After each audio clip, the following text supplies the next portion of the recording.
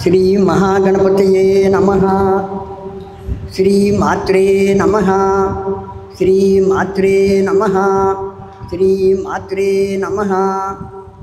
వందే గురుపదద్వంద్వం అవాంగ్మానసగోచరం రక్త శుక్లప్రభామిశ్రం అతర్క్యం త్రైపురం మహః. హృత్పుండరీకమధ్యస్థాం ప్రాతః సూర్యసమప్రభాం పాశాంకుశధరాం సౌమ్యాం వరదాభయహస్తకాం త్రినేత్రాం రక్తవసనాం భక్తకామదుఘాం భజే. విద్యాక్షమాలా సుఖపాలముద్రా రాజత్కరాం కుందసమానకాంతిం ముక్తాఫలాలం కృతశోభితాంగీం బాలాం స్మరేద్వాన్మయ సిద్ధిహేతోః. ప్రకాశమానాం ప్రథమే ప్రయాణే ప్రతిప్రయాణేప్యమృతాయమానాం అంతఃపదవ్యామనుసంచరంతీం ఆనందరూపామబలాం ప్రపద్యే. నమోస్తు తే వ్యాస విశాలబుద్ధే పుల్లారవిందాయతపత్రనేత్ర येन त्वया भारततैलपूर्णः प्रज्वालितो ज्ञानमयप्रदीपः. नारायणं नमस्कृत्य नरं चैव नरोत्तमं देवीं सरस्वतीं व्यासं ततो जयमुदीरयेत्. सच्चिदानन्दरूपां तां गायत्री प्रतिपादितां नमामि ह्रीमयीं देवीं धियो नः प्रचोदयात्. अचतुरु अतनो ब्रह्मा द्विबाहुरपरो हरिः अफाललोचनस्यम्भुः भगवान् बादरायणः. श्रीगुरुभ्यो नमः.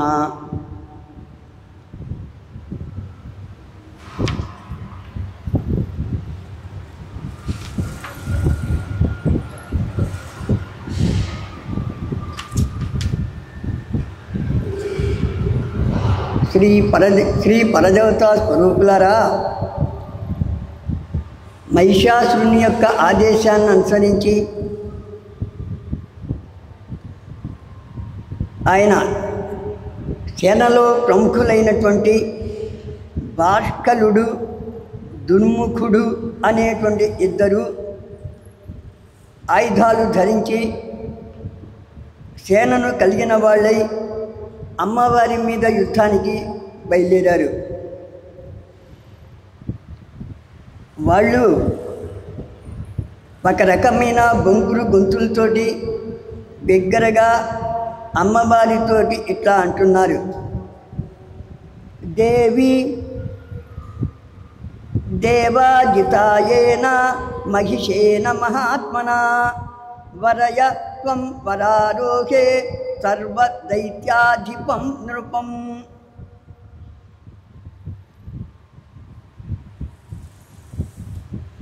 ఓ దేవి, సకల దేవతలను జయించినటువంటి మహిషాసురుడు చాలా గొప్పవాడు.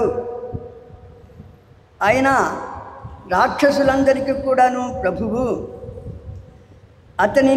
అతనిని నువ్వు వరించి పెండ్లి చేసుకో అని చెప్తున్నారు. అంతేకాకుండా ఆయన మానవ రూపంలోనే, సుందర రూపంతోనే నీ దగ్గరకు వస్తాడు, నీకు ఎట్లా కావాలి అంటే అలా నడుచుకుంటాడు అని చెప్తాడు. అందువల్ల ఆయనను కనుక నీవు వివాహం ఆడితే ముల్లోకాలకు కూడా నువ్వు మహారాణివి అవుతావు, సమస్త భోగాలు కూడా అనుభవించవచ్చు, సంసార సుఖాలు పొందవచ్చు అని వాళ్ళు చెప్తారు. అట్లా చెప్తున్న వాళ్ళ మీద అమ్మవారికి అసహ్యం వేసింది, ఓ పక్క జాలి కూడా వేసింది. వాళ్ళతోటి ఇట్లా అంటున్నది. జాల్మత్వం కిం విజానాసి నార్యహం కామమోహిత మందబుద్ధి బలాత్యర్థం భజేయం మహిషం శఠం. ఓ మూర్ఖులారా, మీకు ఎన్నిసార్లు చెప్పినా కూడా మీరు అర్థం చేసుకోరేంటి? నేను ఎందుకు వచ్చాను? మహిషాసురుణ్ణి చంపడం కోసమే వచ్చాను. ఆ విషయం మీకు ఇంతకుముందు చాలాసార్లు కూడా చెప్పాను. అయినా మళ్ళీ బుద్ధి లేకుండా అట్లాగనే మీరు ప్రవర్తిస్తున్నారు.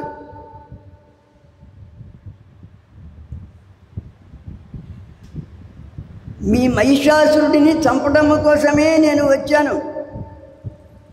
అటువంటిది నేను మీ రాజును ఇష్టపడటం ఏంటి, వాడిని పెళ్లి చేసుకోవడం ఏంటి? అసలు మీకు బుద్ధి ఉండక్కర్లేదా అని చెప్పన్నది. అంతేకాకుండా ఏ స్త్రీ అయినా సరే తనకంటే గొప్పవాడు భర్త ఉండాలి అని చెప్పి కోరుకుంటుంది. ఎటువంటి స్త్రీ అయినా సరే, ఎంత శృంగార భావాలకు లోనైనా సరే, ఒక పశువును భర్తగా స్వీకరించడానికి ఇష్టపడరు. ఇక మీ ప్రభువు ఉన్నాడా, వాడు జంతువుల్లో కూడాను నీచమైన జంతువు, ఒక దున్నపోతు. అటువంటిది ఆ దున్నపోతును నేను ఎట్లా పెళ్లి చేసుకుంటాను? మీరు వెంటనే వెళ్ళి చెప్పండి, యుద్ధానికి రమ్మనండి, లేకపోతే పాతాళ లోకానికైనా పారిపోమనండి. ఒకవేళ యుద్ధం జరిగితే దేవేంద్రుడికి ప్రయోజనం కలిగినట్లే. ఎందుకంటే యుద్ధంలో నేను మహిషాసురుణ్ణి చంపి కానీ తిరిగి వెళ్ళను. నా నుంచి తప్పించుకునే మార్గము మహిషుడికి లేదు.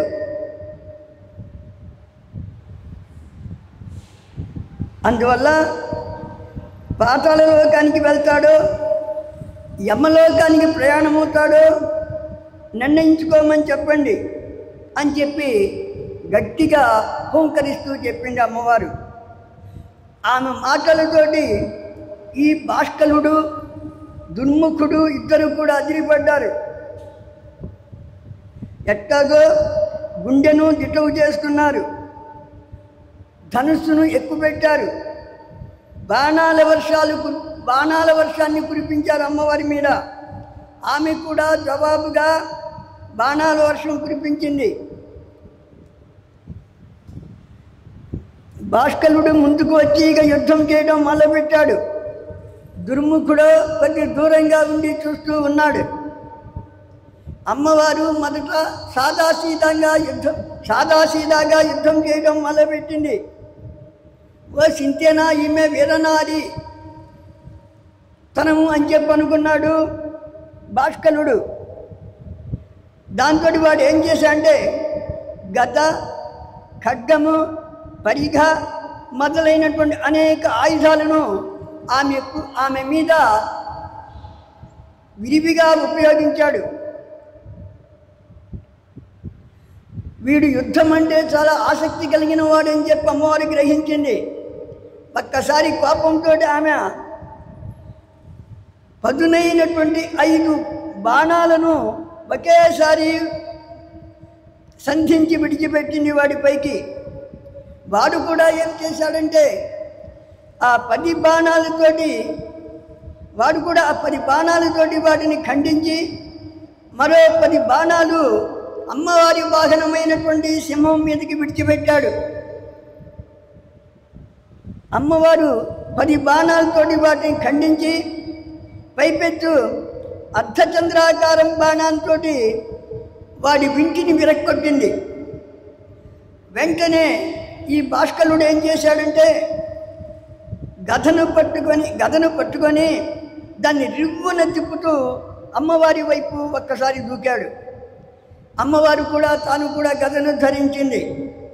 గురి చూసి వాడిపై విసిరింది. అది కాస్త వాడి తలకు తగిలింది. ఒక్కసారి మూర్ఛపోయినాడు, నేల మీదకి ఉరిగిపోయాడు. కానీ అంతలోనే తేరుకున్నాడు. మళ్ళీ గదను తీసుకొని విసిరాడు. అమ్మవారు ఆ గదను మధ్యలోనే తుంచివేసింది. అంతేకాకుండా త్రిశూలం తీసుకొని వాడి వక్షస్థలం మీద బాగా బలంగా పొడిచేసింది. వాడు గిలగిలా తన్నుకుంటూ ప్రాణాలు వదిలాడు. ఈ విధంగా భాస్కలుడు అంటే భాస్కలుడు అని చెప్పుకోవచ్చు. అంటే ఊరికే ఊసిపాక చెప్తూ ఉంటారే, ఏదో గొప్పలు చెప్పుకుంటూ ఉండేటువంటి వాడనమాట. మాటలు చెప్తూ ఉండేటువంటి వాడే కానీ పని చేయటానికి పనిలో మాత్రం శూన్యుడు. అటువంటి వాడు కాస్త చచ్చిపోయినాడు. వాడు ఎప్పుడైతే భాస్కరుడు చచ్చిపోయినాడో రాక్షస సేనలన్నీ కూడా కాళ్ళకి బుద్ధి చెప్పాయి. దేవతలు ఓహోకారాలు చేసేశారు. వెంటనే మరి క్షణంలోనే దుర్ముఖుడు వచ్చాడు. ఇంత మునుపు ప్రేక్షకుడిగా ఉన్నటువంటి దుర్ముఖుడు ఈసారి యుద్ధానికి వచ్చేశాడు. వాడి కోపంతో వాడి కళ్ళన్నీ బాగా ఎర్రగా ఉన్నాయి. ఓ అపలా, నిలువు అంటూ ఒక్కసారి రథం మీద వచ్చి ఆమెకు ఎదురుపడ్డాడు. ఆమె కూడాను దుర్ముఖుడి యొక్క కోపాన్ని మరింత రెచ్చగొడుతూ ధనుష్టంకారము చేసింది. అంటే వింటి యొక్క త్రాడును బాగా సర్పమయ్యేట్టుగా మోగించింది. ఈ విధంగా తర్వాత ఒకరిపై ఒకరు బాణాలు వర్షం కురిపించుకున్నారు. ముసలము, తోమరము, శక్తి మొదలైనటువంటి ఆయుధాలను కూడాను ప్రయోగించారు. యుద్ధం బాగా భయంకరమైన రూపం దాల్చింది. రాక్షస వీరుల యొక్క రక్తం యుద్ధరంగంలో బాగా ప్రవాహాలుగా ఉంది. యథా సంతరణార్థాయ యమకింకరనాయకైః తుంబీ ఫలాని నీతాని నవశిక్షా పరయిర్ముదా. ఇక్కడ ఈ రాక్షసుల యొక్క దేహాల నుండి వచ్చినటువంటి రక్తము ఏరులుగా పారి అదొక పెద్ద మడుగైపోయింది, రక్తపు మడుగైపోయింది. అందులో ఈ రాక్షసుల యొక్క తలలు తేలుతూ ఉన్నాయి. అది చూస్తే ఎట్లా ఉంది అంటే, యమకింకరులు, యమధర్మరాజు యొక్క దూతలు ఉంటారే, వాళ్ళు తమ పిల్లలకు ఈత నేర్పడానికి తుంబీ ఫలాలను ఆధారంగా తీసుకున్నారా అన్నట్టుగా అవి ఉన్నాయి. తుంబీ ఫలాలు అంటే ఆనపకాయ బుర్రలు. అంటే ఈ సొరకాయలో లోపల గుజ్జు తీసేసి మళ్ళీ లోపలికి గాలిపోకుండా కనుక మూసివేస్తే ఆ సొరకాయలు నీటి మీద తేలుతాయి. తేలినప్పుడు ఏం చేయొచ్చంటే వాటిని ఆధారంగా చేసుకొని క్రొత్తగా ఈత నేర్చుకునే వాళ్ళు ఈత నేర్చుకోవచ్చు. ఇప్పుడంటే ఈ మోటారు టైర్ల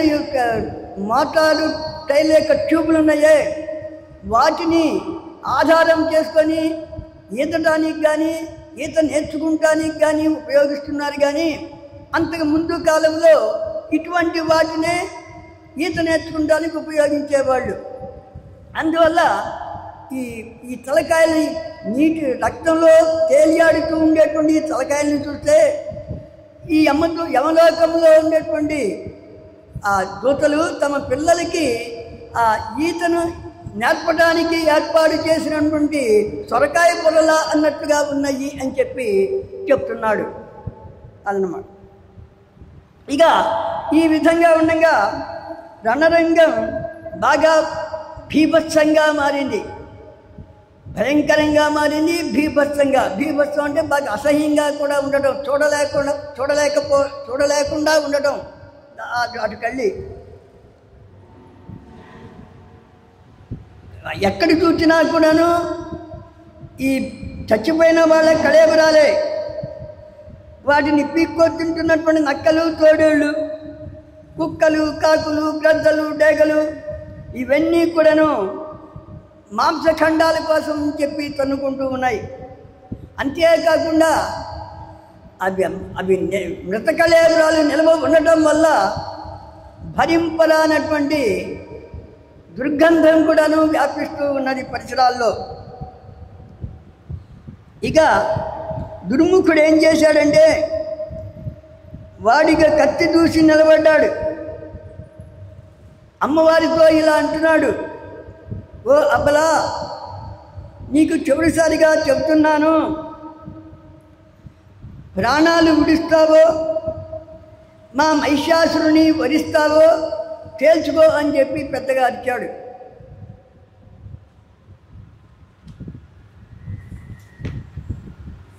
అప్పుడు ఆమె అంటున్నారా, వారి మూర్ఖుడా, నీ పని అయిపోయింది, ఇవే నీకు చివరి క్షణాలు.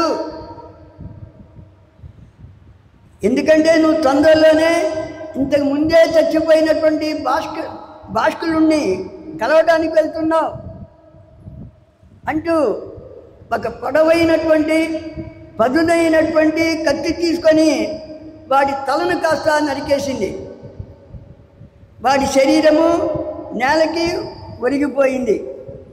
ఆ తలకాయ బృందులో పడ్డ చప్పుడు కూడా అయిందన్నమాట. ఈ విధంగా అమ్మవారి మీదకి యుద్ధానికి వచ్చినటువంటి భాస్కరుడు, దుర్ముఖుడు ఇద్దరు కూడా చచ్చిపోవడం జరిగింది. సరే, బతికి బయటపడినటువంటి ఆ రాక్షసులు వెళ్ళి మహిషాసురుడికి విషయం చెప్పారు. ఒక్కసారి మహిషాసురుడికి విపరీతమైన కోపం వచ్చింది.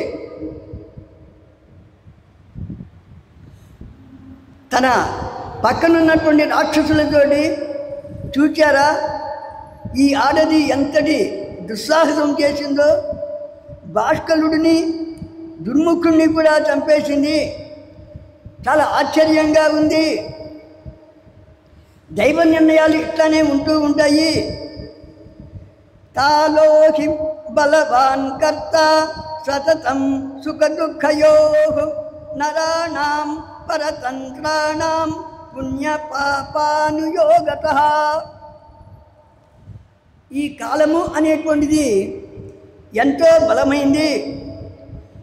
సుఖానికి కానీ దుఃఖానికి కానీ అదే కర్త అవుతున్నది. జీవులు కూడాను స్వతంత్రులు కాదు, ఆ కాలానికే లోబడి జీవిస్తూ ఉంటారు. వాళ్ళు కూడాను చేసుకున్న పుణ్యాలను పాపాలను బట్టి వాటిని అనుభవిస్తూ ఉంటారు అని చెప్పి అంటాడు. లేకపోతే మహాబలవంతులైనటువంటి మహాసాహసవంతులైనటువంటి ఈ భాస్కరుడు దుర్ముఖులు మనకి లేకుండా పోవడం ఏంటి అని చెప్పి బాధపడి, తర్వాత ఇప్పుడు ఏం చేద్దాం చెప్పండి అని చెప్పి తన దగ్గర ఉన్నటువంటి మంత్రులను, సహచరులను అడుగుతాడు. అప్పుడు ఈ మహిషాసురుని సేనాధిపతి అయినటువంటి చిక్షురుడు లేచి ప్రభువుకి నమస్కరించి ఇట్లా అంటాడు, ఓ మహారాజా, ఒక స్త్రీని చంపడానికి ఇంత ఆలోచన దేనికి? నేను వెళ్తాను, పెద్ద సైన్యాన్ని తీసుకొని వెళ్తాను అని చెప్పి బయలుదేరుతాడు. మహాదేవి అల్లంత దూరంలో ఉన్నటువంటి ఈ చిక్షురుణ్ణి చూచింది. ఒక్కసారి కోపాన్ని, ఆవేశాన్ని పొందింది. శంఖాన్ని గట్టిగా పూరించింది, శంఖనాదం చేసింది, వింటి త్రాడును మ్రోగించింది. అంతేకాకుండా మాకే జయము కలుగుతుంది అన్నట్లుగా గంటను కూడా మోగించింది. ఈ విధంగా అమ్మవారు 3 రకాలైనటువంటి ధ్వనులను చేసేటప్పటికీ రాక్షసుల గుండెలన్నీ కూడా ఆ ధ్వనికి పగిలిపోయాయి. చాలామంది కూడాను బలహీన మనస్కులు ప్రాణాలు కూడా కోల్పోయారు. కొందరైతే అక్కడి నుండి పారిపోయారు. ఇలా తన సైనికుల్లోనే కొందరు పారిపోవడం చూసి శిక్షుడు మండిపడ్డాడు. వీరికి పొందల్లారా, నాకు మీరెక్కడ దొరికారా? నిలవండి నిలవండి, మీ భయాన్ని నేను క్షణంలో పోగొడతాను. ఈ స్త్రీని నేను ఒక్క నిమిషంలోనే చంపివేస్తాను. మీరు అలా భయపడి పారిపోవద్దు, నా సమర్థతను శంకించద్దు మీరు అని చెప్పి అంటాడు. అంతేకాకుండా పెద్ద బింటిని తీసుకొని దానిని ఎక్కుపెట్టి మహాదేవి ముందు నిలబడతాడు. అంతేకాకుండా ఎంతో గర్వంతో, అమ్మవారంటే ఎంతో నిర్లక్ష్యంతో తనను గురించి గొప్పగా చెప్పుకుంటూ ఉంటాడు. ఇంకా అంటాడు కదా, ఓ విశాలాక్షి, నీ శంఖనాదాలకి గంటల చప్పుళ్లకు నేనేమీ భయపడను. మీ మానవులైతే భయపడిపోతారు, మేము దానవులము, అందువల్ల అంత తేలిగ్గా ఏమీ మేము భయపడము. పైపెచ్చు నేను మహిషాసురుని యొక్క సేనాధిపతిని. నీ చేష్టలు ఎలా ఉంటాయో, నీ మాటలు ఎలా ఉంటాయో నేను తెలుసుకొని ఉన్నాను. అసలు ఈ పాటికే నిన్ను చంపేసి ఉండేదాని వాడిని, కానీ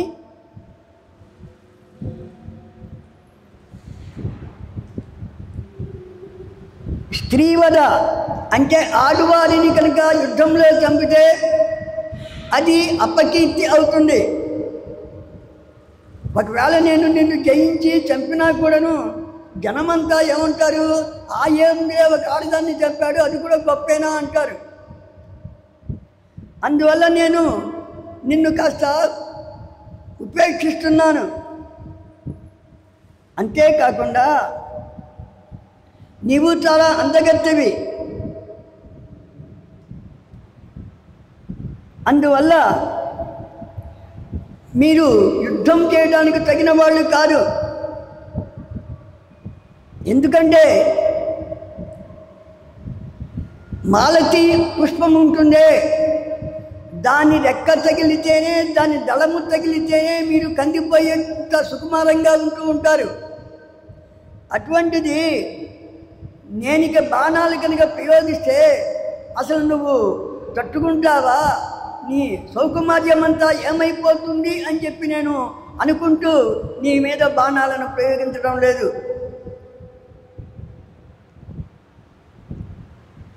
ఈ విధంగా వాడు ఏదో తనను గురించి గొప్పగా చెప్పుకుంటూ ఉన్నాడు.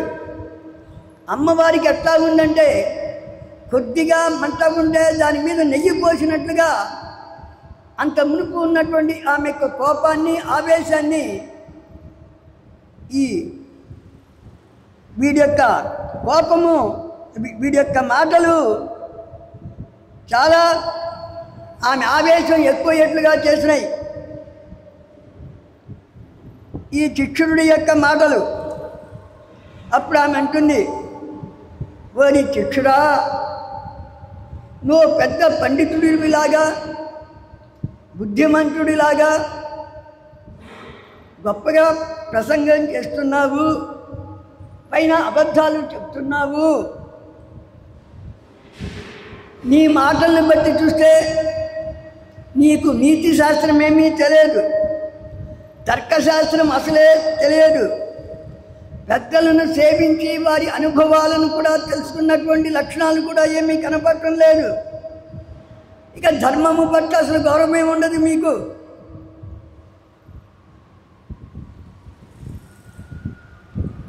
మూర్ఖ సేవా పరో యస్మాత్ తస్మాత్ త్వం మూర్ఖ ఏవ హి రాజధర్మం న జానాసి కిం బ్రవీషి మమాగ్రతః. అటువంటిది నువ్వు మూర్ఖులను మెచ్చుకుంటూ, మూర్ఖులతోనే మెప్పులు పొందుతూ, అంటే మూర్ఖుల ద్వారా వాళ్ళ పగడతోను పొందుతూ, కాలం గడుపుతూ ఉండేటువంటి పెద్ద మూర్ఖుడివి నువ్వు. అంతేగాని నీకు నీతులు కానీ రాజధర్మాలు కానీ ఇవేమీ తెలియవు. అందువల్ల ఆ విషయంలో నువ్వు పామునుడి కింద లెక్క. నీ మాటలు వింటానికి నేను సిద్ధంగా లేను. నేను ఎందుకు వచ్చానో మళ్ళీ ఒకసారి చెప్తున్నా విను. యుద్ధంలో మహిషాసురుణ్ణి చంపి వాడి రక్తంతో నేలను చదును చేసి అక్కడ నా కీర్తి అనేటువంటి జయస్తంభాన్ని స్థిరంగా నాటి వెళ్ళటానికి వచ్చాను. అంతేగాని మీరు అనుకున్నట్లుగా నేను ఆషామాషిగా రాలేదు. ఏదో మీతో ఆటగా యుద్ధం చేయడం లేదు. నా ధ్యేయమల్లా కూడాను ఈ మహిషాసురుని యొక్క సంహారమే అని చెప్పి వాడిని చంపంగానే నేను మళ్ళీ నా దారిన నేను వెళ్ళిపోతాను.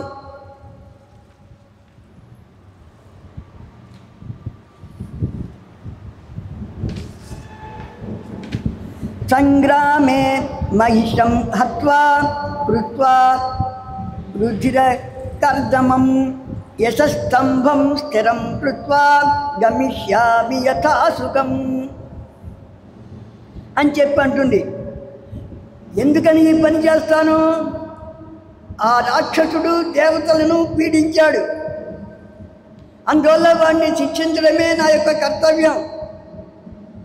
అందువల్ల పాపులతో కూడిన వాడు కూడాను ఆ పాపి చేసినటువంటి పాపానికి తగిన శిక్ష వీళ్ళు కూడా పొందాల్సి వస్తుంది.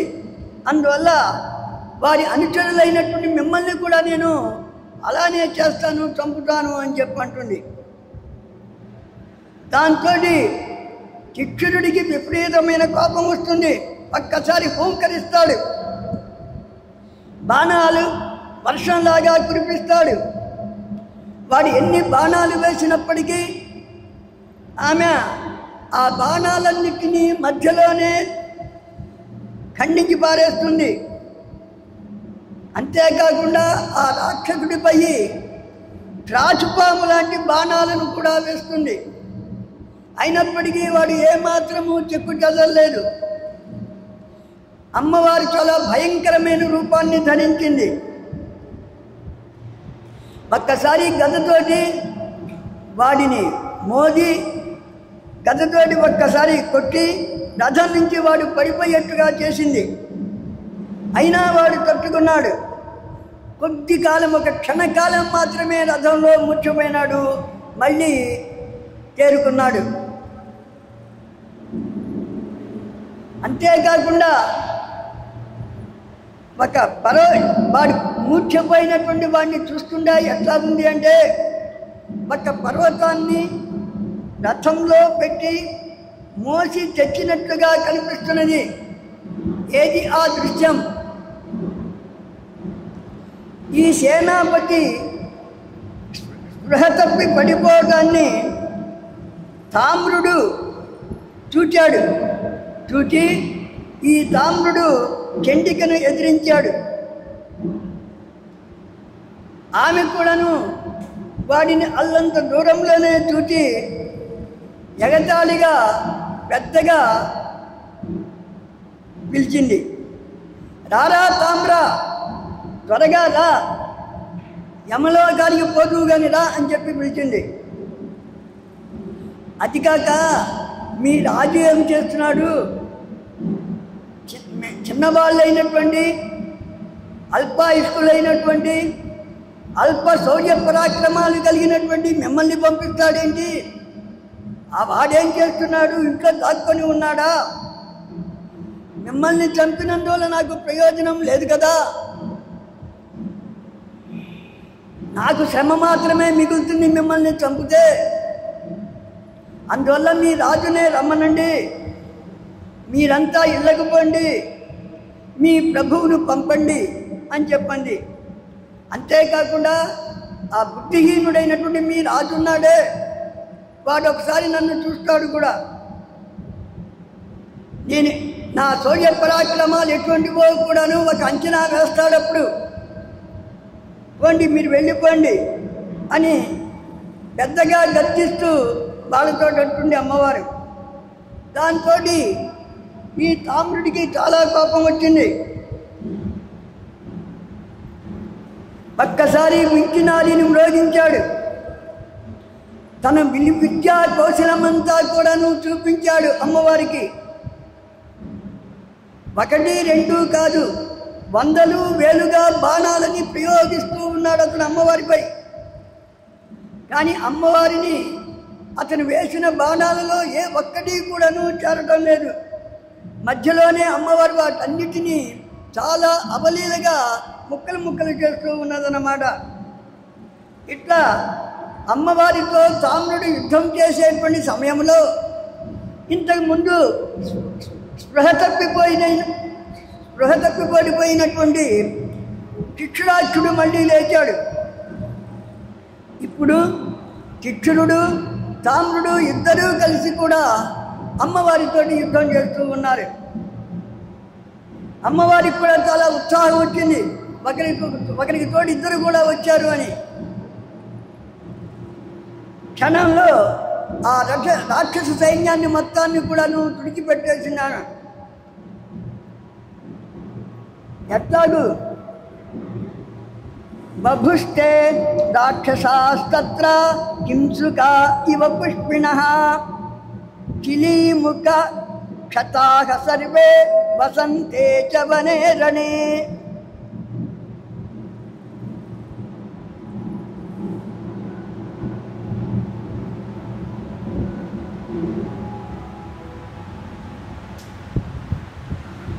ఈ తామ్రుడు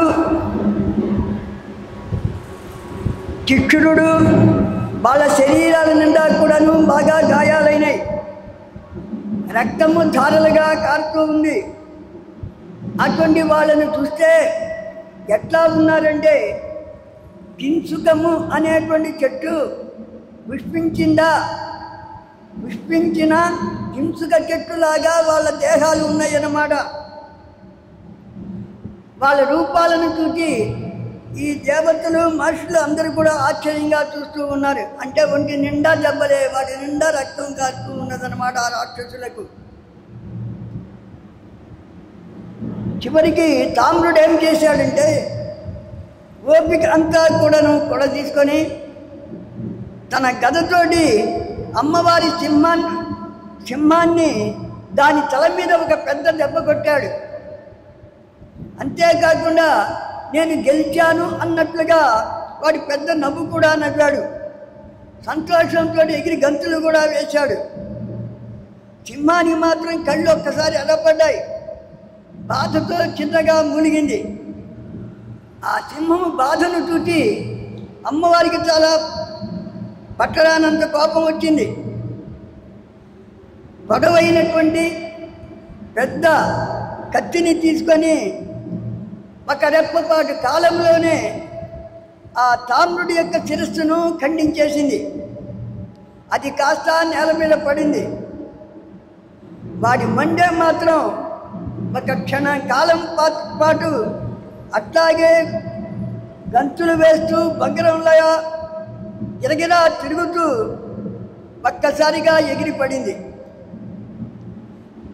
అది తలకాయ ఎగిరి పడ్డప్పుడు పెద్ద శబ్దం కూడాను వచ్చింది. ఆ శబ్దంతో ఈ దిక్కులన్నీ కూడాను మారుమ్రోగాయి.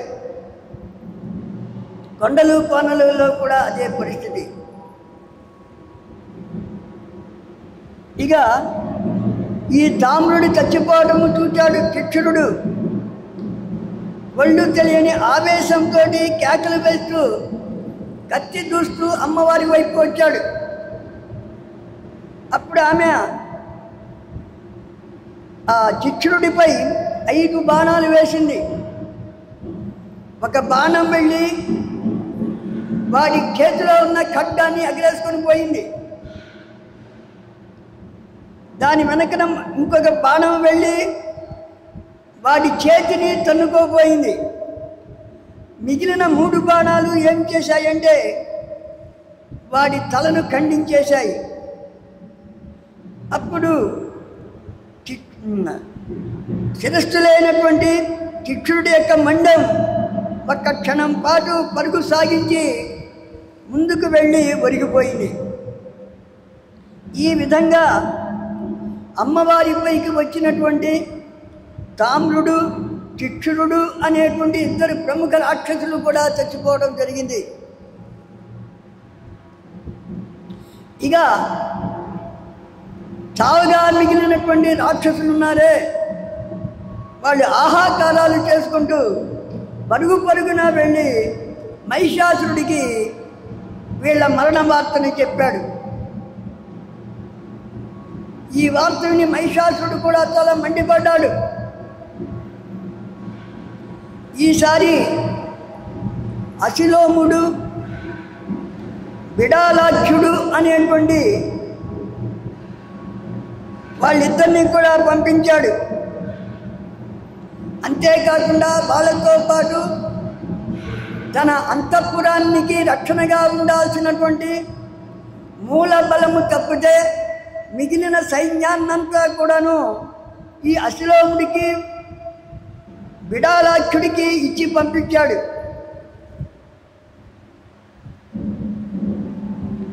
వాళ్ళందరూ కూడా యుద్ధరంగానికి వచ్చారు. సింహం మీద కూర్చొని ఉన్నటువంటి అమ్మవారిని చూచారు.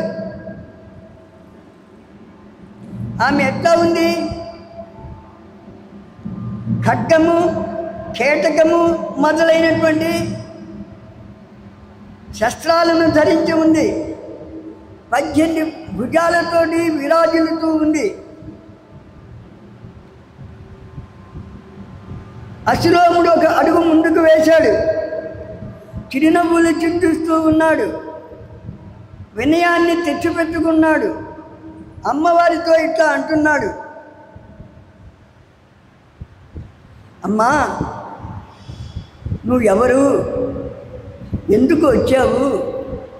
ఎవరైనా తప్పు చేస్తే చంపడానికో శిక్షించడానికో వస్తారు. మేము ఏ తప్పు చేయలేదు కదా నీ పట్ల, మమ్మల్ని అందరినీ ఎందుకు చంపుతున్నావు? దానికి కారణం చెప్పు. మేమేదైనా తప్పు చేస్తుంటే దాన్ని సరిదిద్దుకుంటాము అని చెప్పన్నాడు. అంతేకాకుండా యుద్ధం జరగకుండా సంధిని ఏర్పాటు చేసుకుందాము అన్నాడు. నీకు బంగారం కావాలా? మణులు కావాలా? రత్నాలు కావాలా? ఏవేవి కావాలో చెప్పు, అవన్నీ కూడా ఇస్తాం. వాటిని తీసుకో, నీ వచ్చిన దాన్ని వెళ్ళు. ఈ యుద్ధాలు ఎందుకు? చంపుకోవడాలు ఎందుకు చెప్పమ్మా? ఈ యుద్ధాల వల్ల అన్ని సుఖాలు కూడా నశించిపోతాయి. దానికి తోడు నువ్వు చాలా సుకుమారురాలివి. ఎటువంటి దానివి నువ్వు? ఒక పువ్వు వచ్చి తగిలితేనే నువ్వు తట్టుకోలేవు. అంత సుకుమారమైన దానివి, అంత సౌందర్య రాశివి, బాణాల దెబ్బల్ని ఎట్టా తట్టుకోగలుగుతావు? నాకు చాలా ఆశ్చర్యంగా ఉందమ్మా అన్నాడు.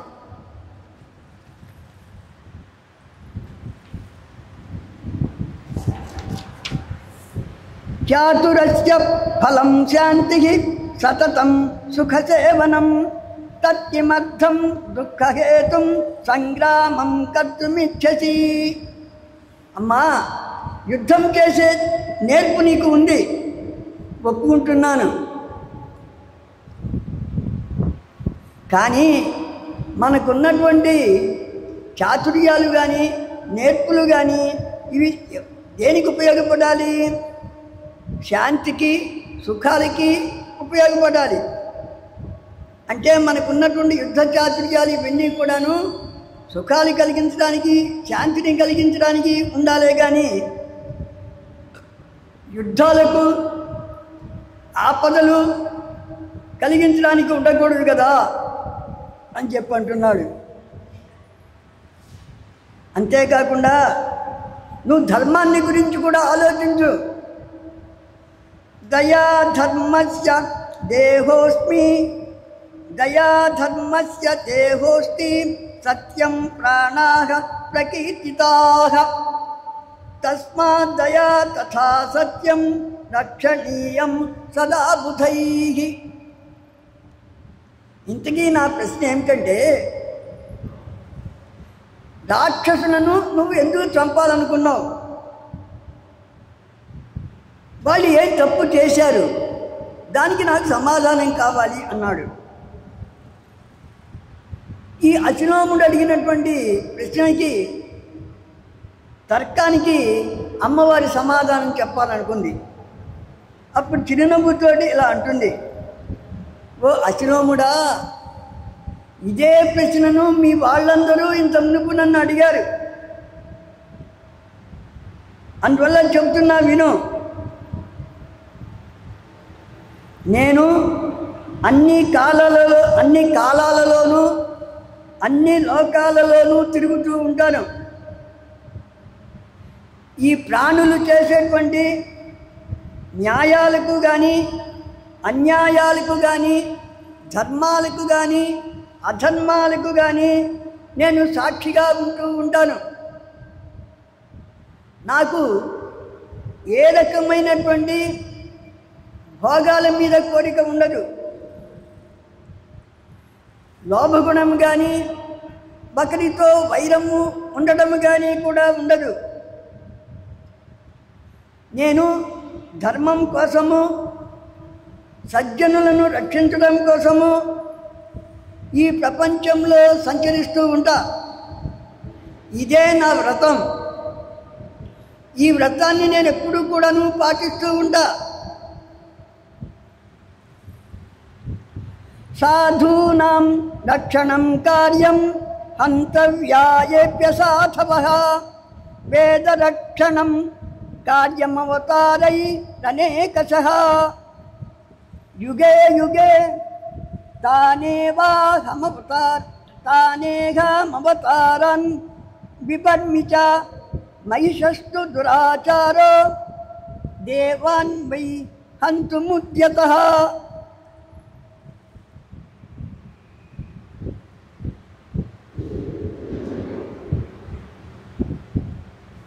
వేదాలను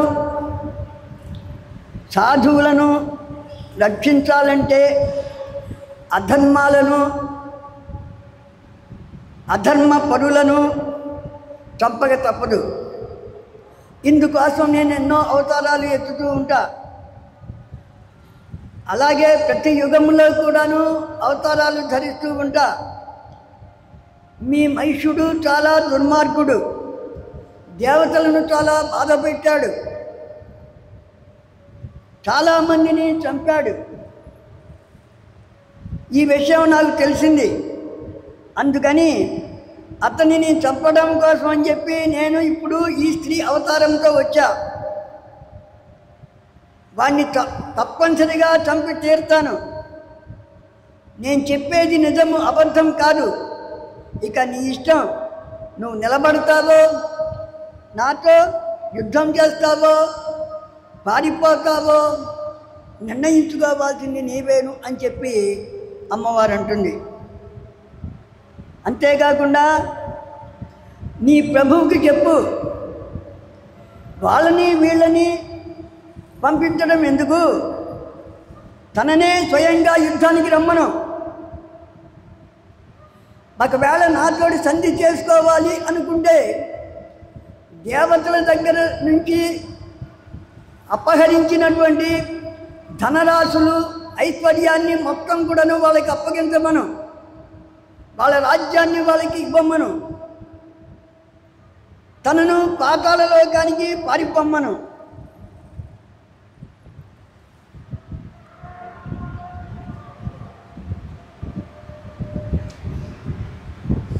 ఇక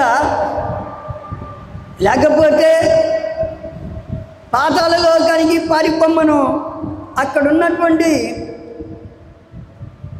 ఇంతకుముందు ప్రహ్లాదుడు మొదలైన వాళ్ళు ఉన్నారు కదా, వాళ్ళతోటి సుఖంగా జీవిస్తూ ఉండమను అని చెప్పి అంటుంది.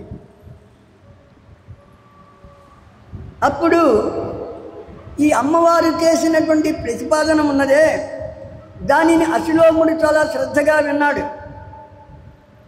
తన సహచరుడైనటువంటి బిడాలుతోటి అందులోని సాధ్యాసాధ్యాలను గురించి చర్చిస్తాడు. అమ్మవారు ఏం చెప్పింది? దేవతల నుంచి ఏవైతే ఎత్తుకెళ్ళారో వాటన్నిటినీ మళ్ళీ దేవతలకు ఇచ్చేసేయండి, మీరు పాతాళ లోకానికి పారిపోండి, అక్కడ ఇంత మునిపే పాతాళ లోకంలో చేరినటువంటి ప్రహ్లాదుడు మొదలైన వాళ్ళు ఉన్నారు కాబట్టి వాళ్ళతోటి సుఖంగా జీవనం చేయండి అని చెప్పింది. లేదా యుద్ధానికి రండి, మిమ్మల్ని చంపుతాను అని చెప్పన్నది. ఈ విధంగా అమ్మవారు చెప్పినటువంటి సంధి ప్రయత్నాన్ని గురించి వాళ్ళలో వాళ్ళు చర్చించుకుంటున్నారు.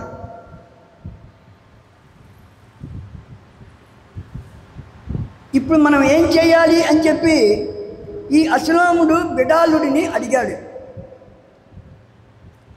అప్పుడు బిడాలుడు అంటున్నాడు, ఓ అశిలోముడా, మన ప్రభువుకి అభిమానం చాలా ఎక్కువ. ఎందుకంటే ఈ యుద్ధంలో తను చస్తాను అన్న విషయం అతనికి తెలుసు. అయినా ఈ సంధికి ఇష్టపడాడు.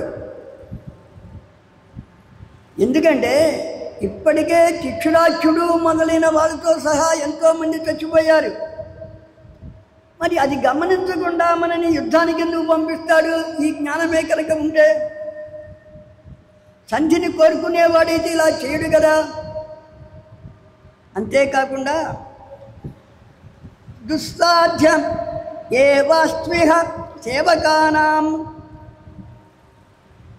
ధర్మస్సదామాన వివర్జితానాం ఆజ్ఞాపరాణం వశవర్తికానాం పాంచాలికానామివ సూత్రభేదాత్ అని చెప్పంటాడు.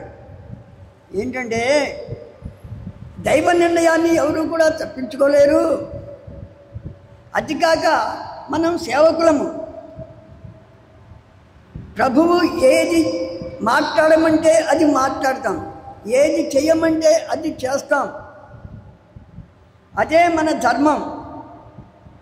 మన సొంత ఆలోచనలు కానీ, మన గౌరవాలు కానీ, మన అభిమానాలు కానీ మనకిక్కడ పనికిరావు. మనం ఎటువంటి వాళ్ళము? తోలు బొమ్మలాటలో బొమ్మలు ఉంటాయి, కేతిగాడు, బంగారక్క ఇటువంటి పాత్రధారులు. వాళ్ళు ఏం చేస్తారంటే ఆ బొమ్మలు ఆడించేవాడు కనుక ఎట్లా ఆడిస్తే ఆ కథకు ఆ పాత్రకు ఉచితంగా సందర్భోచితంగా అవి ఆడుతూ ఉంటాయి. అలానే మనం సేవకులం ఉన్నామే, మనం కూడా అట్లాంటి వాళ్ళమే. ఇక్కడ మన ఆలోచనలు, మన సంకల్పాలు, మన నిర్ణయాలు పనికిరావు. అందువలనే ఈ సేవా వృత్తి ఉందే అంటే ఒకరి దగ్గర సేవకుడిగా ఉండడం అనేది ఉందే చాలా కష్టంతో కూడినటువంటి పని. ఎందుకంటే ఏ మాట మాట్లాడితే రాజుకు కోపం వస్తుందో, ఏ మాట మాట్లాడితే రాజుకు అనుగ్రహం కలుగుతుందో తెలుసుకొని అతని యొక్క మనస్తత్వానికి అనుగుణంగా మనం నడుచుకుంటూ ఉండాల్సి వస్తుంది. అందువల్ల మనము అమ్మవారు చెప్పినటువంటి సంధి ప్రయత్నము మంచిదే అయినప్పటికీ ఈ సత్యాన్ని ఈ సత్యం ఎటువంటిది? చాలా కఠోరమైనటువంటిది ప్రభువుకి. అందువల్ల నీవు కానీ నేను కానీ మన ప్రభువుకి చెప్పలేము.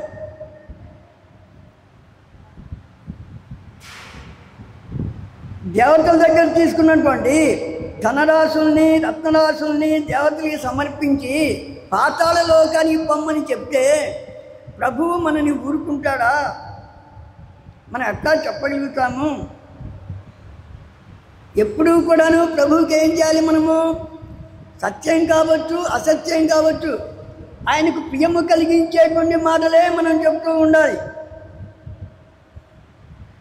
ఒకవేళ అతనికి శ్రేయస్సు కలిగించేది అయినప్పటికీ అది అతనికి అప్రియంగా ఉంటే దానిని వినడు, మననే దండిస్తాడు. అందువల్ల అప్రియమైనటువంటి సత్యం చెప్పాల్సి వచ్చినప్పుడు మనము సేవకులుగా ఏం చేయాలి? మౌనంగా ఉండిపోవడమే మన విధి అని చెప్పంటాడు. అంతేకాకుండా ప్రభువుకి ఇష్టం లేని మాటలు చెప్పి వారి కోపానికి గురి కావటం మంచిది కాదని కూడా నీతి శాస్త్రం చెప్తూ ఉంటుంది. నూనం తత్ర గంతవ్యం హితం వా వక్తుమాదరాత్ ప్రష్టుం వాపి గతే రాజా కోపయుక్తో భవిష్యతి. హితమును గురించి పలకటం కానీ, మీ నిర్ణయము ఏమిటి అని అడగటము కానీ, మనంతటా మనము ప్రభువుల దగ్గరికి వెళ్ళి ప్రస్తావన చేయకూడదు. పిలిస్తే వెళ్ళాలి, అడిగితే చెప్పాలి, చెబితే వినాలి, చెయ్యమన్నది చెయ్యాలి. ఇట్లా చేయకపోతే ప్రభువులకు మన మీద కోపం వస్తుంది అని చెప్పంటాడు. అందువల్ల మన పని ఏంటంటే, ఇప్పుడు మనకి ఏం జరుగుతుందో తెలుసు. మనం యుద్ధం చేస్తే ముందు మనం చచ్చిపోతాం. అయినప్పటికీ మన ప్రభువు కోసము మన ప్రాణాలను ఒక గడ్డిపోతగా భావించి మరణానికి సిద్ధపడి మన ప్రభువు కార్యం నెరవేర్చడానికి మనం ఇప్పుడు యుద్ధం చేయటమే కర్తవ్యము అని చెప్పంటాడు బిడాలుడు. సరే, ఇద్దరు ఇట్లా అనుకొని యుద్ధానికే సిద్ధమయ్యారు. బిడాలుడు ఏం చేశాడంటే ఒకేసారి 7 బాణాలు అమ్మవారి మీదకి ప్రయోగించాడు. అశ్లోముడు మాత్రము కొద్దిగా దూరంగా ఉండి ప్రేక్షకుడిగా ఉన్నాడు. అంటే చూస్తూ ఉన్నాడు యుద్ధం ఎట్లా జరుగుతుందా అని. ఈ బిడాలుడేసినటువంటి బాణాలని అమ్మవారు ముక్కలు ముక్కలు చేసేసింది.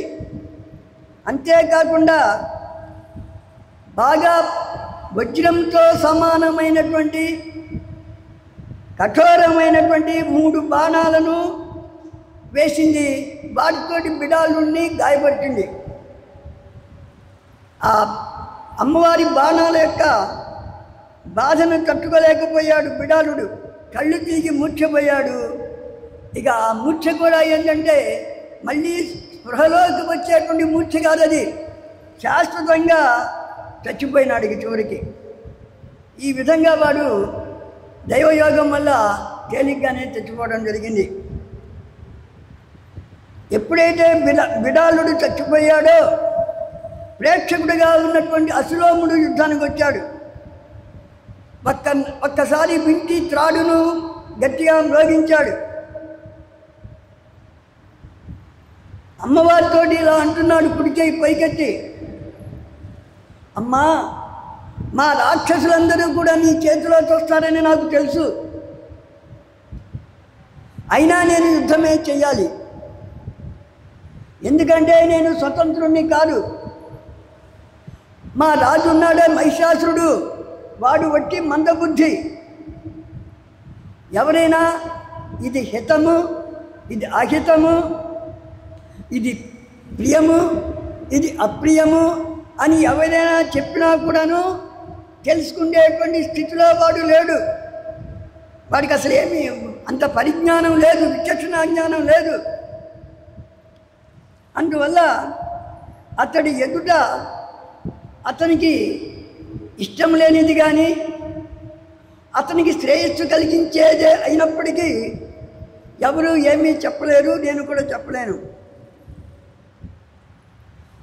ఒకవేళ చెప్పినా వింటాడు అనేటువంటి నమ్మకం కూడా లేదు. అందువల్ల ఈ సమయంలో శుభమో అశుభమో వీరోచితంగా యుద్ధం చేయటమే నా ధర్మం అనిపిస్తున్నది. ఎందుకంటే ఈ దైవమే అన్ని వేళలా చాలా గొప్పది. పౌరుషము అంటే మానవ ప్రయత్నం నిరర్థకం. అందువల్లనే ఎంతో గొప్ప వీరులైనటువంటి దానవులందరూ కూడాను నీ చేతిలో చచ్చిపోయారు అంటూనే ఒక్కసారి బాణవర్షాన్ని కురిపించాడు.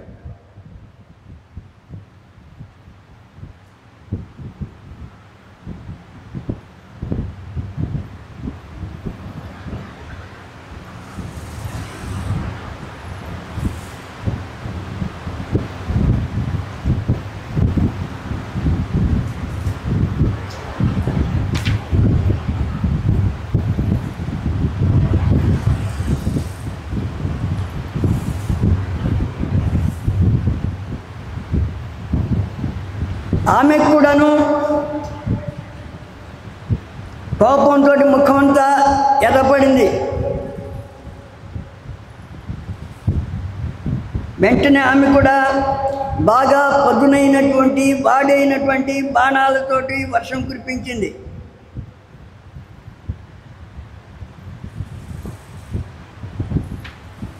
చుశుభే దానవ కామం బాణైర్విద్ధనతు కిల శ్రవద్రుధిరధార స ప్రఫుల్ల కించుకో యథా.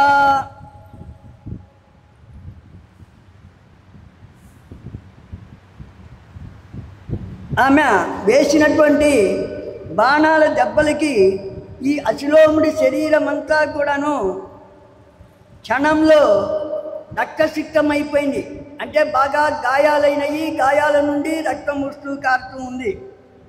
అతడు కూడాను ఎట్లా ఉన్నాడంటే పుష్పించినటువంటి కించుకము అనే పేరు కలిగిన చెట్టులాగా ఉన్నాడు. ఆ తర్వాత 1000 మణుగుల బరువు ఉన్నటువంటి బాగా పెద్ద గదను తీసుకొని అమ్మవారిపైకి దూసుకు వెళ్ళాడు. సింహం తలను బాగా బలంగా కొట్టాడు. అయినా సింహం ఏమాత్రం చెల్లించలా. పెద్దగా భయంకరంగా గర్జించి పంజా విసిరింది. ఆ పంజా దెబ్బకి ఈ రాక్షసుడి యొక్క రొమ్ము భాగం బాగా చీరుకోపోయింది. చేతి నుంచి గద జారిపోయింది. ఒక్కసారి తూలి పడ్డాడు. దాన్ని ఆసరాగా చేసుకొని మళ్ళీ నిలబడి బంతిలా లంఘించి సింహం శిరసుపై నిలబడ్డాడు. అలా సింహం తలపై నిలబడి అమ్మవారిని గదతోటి కొట్టాలి అని చెప్పనుకున్నాడు ఈ అశిలోముడు. అంతలోకి ఒక్కసారిగా అమ్మవారు కత్తి దూసింది. ఆ కత్తి దెబ్బకు వాడి తల తెగి బంతిలాగా ఎగిరిపోయింది. అంతేకాకుండా సింహం ఏం చేసిందంటే తన తలను ఒక్కసారి విసిరేటప్పటికి తల ఎట్లాగో ఇంత మునిపైపోయి దూరంగా పడింది. ఇప్పుడు విసిరేటప్పటికి సింహం మీద ఉన్నటువంటి ఈ అశిలోముడి యొక్క మొండె అది కూడా దూరానికి వెళ్ళి పడిపోయింది. ఇదంతా కూడాను క్షణకాలంలో జరిగింది.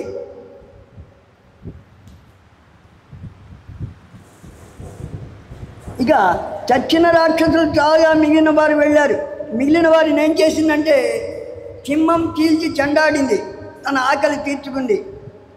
రణరంగంలో రాక్షసులు అనేవాళ్ళు మిగలకుండా పోయారు. ఎట్లాగో ఒకరో ఇద్దరో తప్పించుకొని పారిపోయి మహిషాసురుడికి ఈ విషయం చెప్పారు. ఇలా బిడాలుడు అశిలోముడు కూడాను ఇద్దరు యుద్ధరంగంలో చచ్చిపోయినారు, వీరమరణం పొందారు అన్నటువంటి విషయాన్ని మహిషాసురుడికి తెలిపారు. అంతేకాకుండా వాళ్ళు భయంతో రాజుగారి ముందు బావురుమని ఏడ్చారు కూడా, మీరే మమ్మల్ని కాపాడాలి అని. మహిషాసురుడి మనస్సంతా ఒక్కసారి కలత చెందింది. చాలా వ్యాకులతను కూడా పొందాడు. ఆపుకోలేనంత దుఃఖం వచ్చింది. అయినా నిగ్రహించుకున్నాడు. దారుకుణ్ణి పిలిచాడు, అంటే తన రథ చోదకుణ్ణి. సాంగ్రామిక రథం సిద్ధం చేయమన్నాడు. సంగ్రామము అంటే యుద్ధం, సాంగ్రామిక రథం అంటే యుద్ధములో బాగా అనువుగా ఉండేటువంటి రథం అన్నమాట. అటువంటి రథాన్ని సిద్ధం చేయమన్నాడు. దానికి 1000 గాడిదలు కూడా కట్టి ఉంటాయి. వాళ్ళ రాక్షస పతాకం కూడా అక్కడ ఉంటుంది.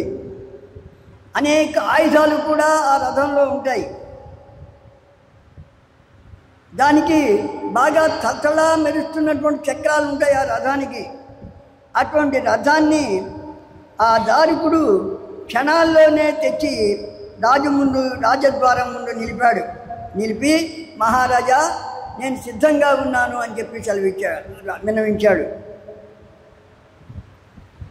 ఇట్లా ఉంటుండగా ఇక మహిషుడు యుద్ధానికి బయలుదేరబోయాడు. తన సహజ రూపం ఏంటి? దున్నపోతు. కానీ వాడు ఏమనుకున్నాడంటే, నేను ఈ రూపంతో కనుక వెళితే ఆ వీరాంగన నా పట్ల అయిష్టత చూపుతుందేమో. ఎందుకంటే స్త్రీలను ముందు ఆకర్షించేది పురుషుడి యొక్క అందచందాలు. అందువల్ల నేను కూడా అందంగా ఉండాలి అనుకొని అతడు మానవ రూపాన్ని ధరించి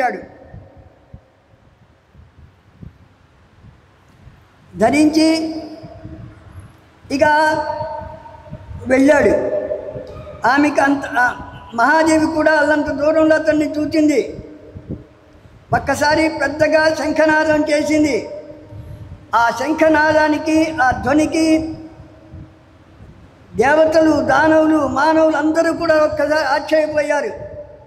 ఈ మహిషాసుడు మాత్రం ఏమాత్రం బెదరలేదు. నిబ్బరంగా రథం నడుపుకుంటూ అమ్మవారి దగ్గరికే వెళ్ళాడు.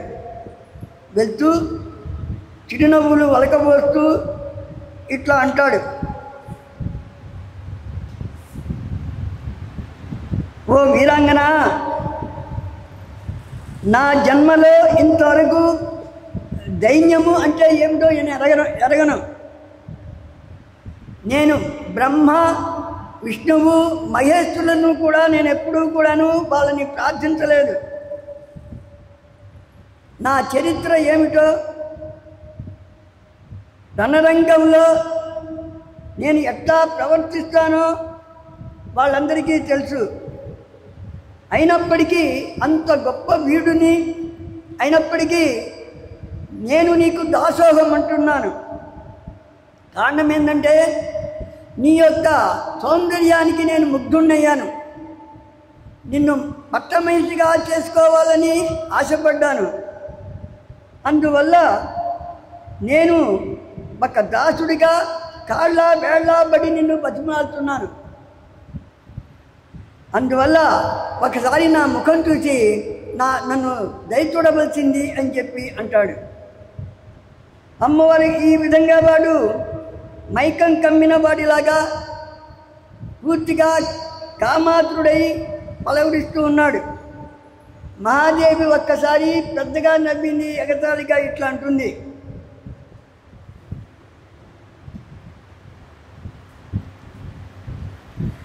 రహస్య సస్మితం వాక్యమువాచ వరవర్ణిని, నాహం పురుషమిచ్ఛామి పరమం పురుషం వినా, తస్య చేచ్ఛాస్మ్యహం దైత్య సృజామి సకలం జగత్, స మాం పశ్యతి విశ్వాత్మా తస్యాహం ప్రకృతి శివ, తత్సాన్నిధ్యవశాదేవ చైతన్యం మయి శాశ్వతం, జడాహం తస్య సంయోగాత్ ప్రభవామి సచేతన, అయస్కాంతస్య సాన్నిధ్యాత్ అయసచేతన యథా, నా గ్రామ్య సుఖవాంఛా మే కదాచిదపి జాయతే.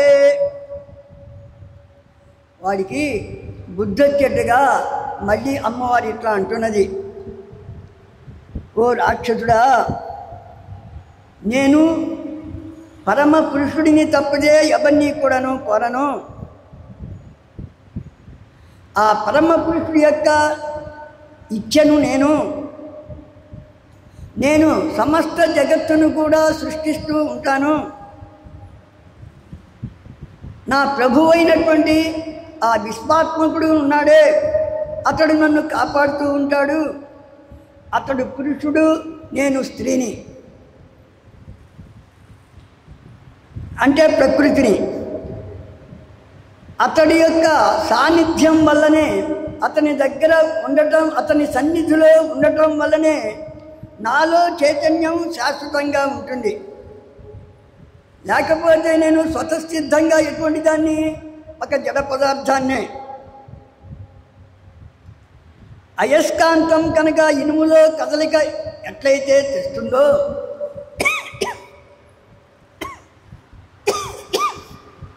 అట్లానే నాలో చైతన్యం తెచ్చేది కూడా ఆ పరమపురుషుని యొక్క సాన్నిధ్యమేను. అంతేకాకుండా ఈ శరీర సుఖాల పట్ల నాకు ఎప్పుడూ ఏనాడు కూడా ఎటువంటి కోరిక ఉండదు. అయితే నువ్వు ఇవేమీ తెలుసుకోకుండా నన్ను ఏదో సాధారణమైనగా భావించి ఇలా కోరుతున్నావు.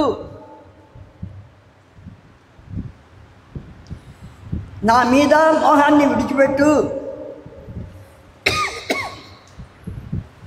దేవతలతో వైరం విడిచిపెట్టి పాతాళానికి పారిపో. నీకు జీవించాలి అనే కోరిక ఉంటే ఇదొక్కటే మార్గం నీకు. లేదంటావా యుద్ధం చేయాలనుకుంటే వింటిని ఎక్కువ పెట్టు. నేను చాలా బలవంతురాలిని, నిలిచి యుద్ధం చెయ్యి. దేవతలందరూ కలిసి నన్ను పంపించారు. నేను ఎందుకు వచ్చాను? కేవలం నిన్ను చంపడానికే వచ్చాను. ఇది ముమ్మాటికి నిజం.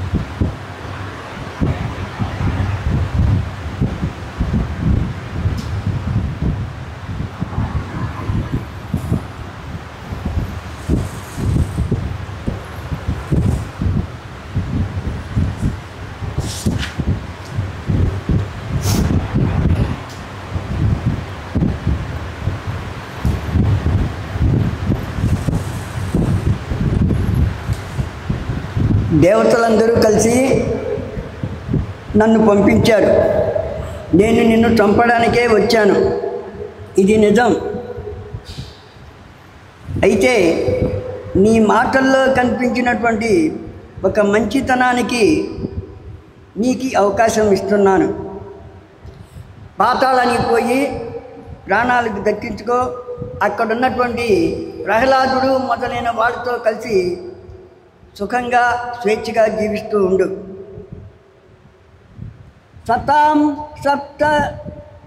సతాం సప్తపదీ మైత్రి తేన ముంచామి జీవితం. 7 మాటలు పలికితే చాలు, మంచివాళ్ళు దాన్ని స్నేహంగా భావిస్తారట. ఆ నీతి వాక్యాన్ని దృష్టిలో పెట్టుకొని ఇప్పుడు నిన్ను విడిచిపెడుతున్నా. బతకాలనుకుంటే పాతాళానికి పారిపో, చావాలనుకుంటే యుద్ధం చెయ్యి.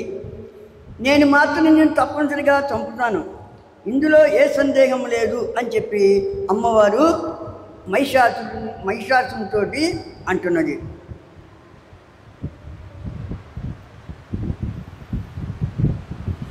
వాడు ఇంకా అమ్మవారి మీద మోహాన్ని విడిచిపెట్ట ఇంకా అంటున్నాడు. అమ్మవారు కూడా వాడు ఏం చెప్తాడా అని చెప్పి వింటున్నది. ఎందుకంటే చావబోయే వాడి యొక్క కోరికను తీర్చడం అనేది ధర్మం. ఇప్పుడు కూడాను ఉరిశిక్ష పడ్డవాడిని కూడాను నీ చివరి కోరిక ఏంటో మేము ధర్మబద్ధమైతే తీర్చగలిగింది అయితే తీరుస్తామని చెప్పి అంటారు.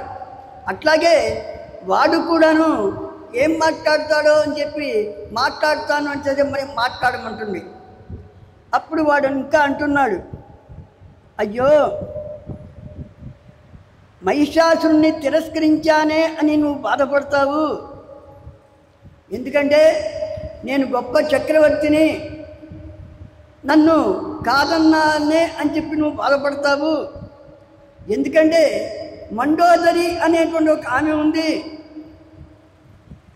ఆమె కూడా ఏం చేసిందంటే నీలాగనే అనుకూలుడైనటువంటి వాడు భర్తగా వస్తాను అంటే అతనిని కాదని, తర్వాత ఒక నీచుణ్ణి అవలక్షణాలన్నీ కలిగి ఉన్నవాడిని పెళ్లి చేసుకుంది.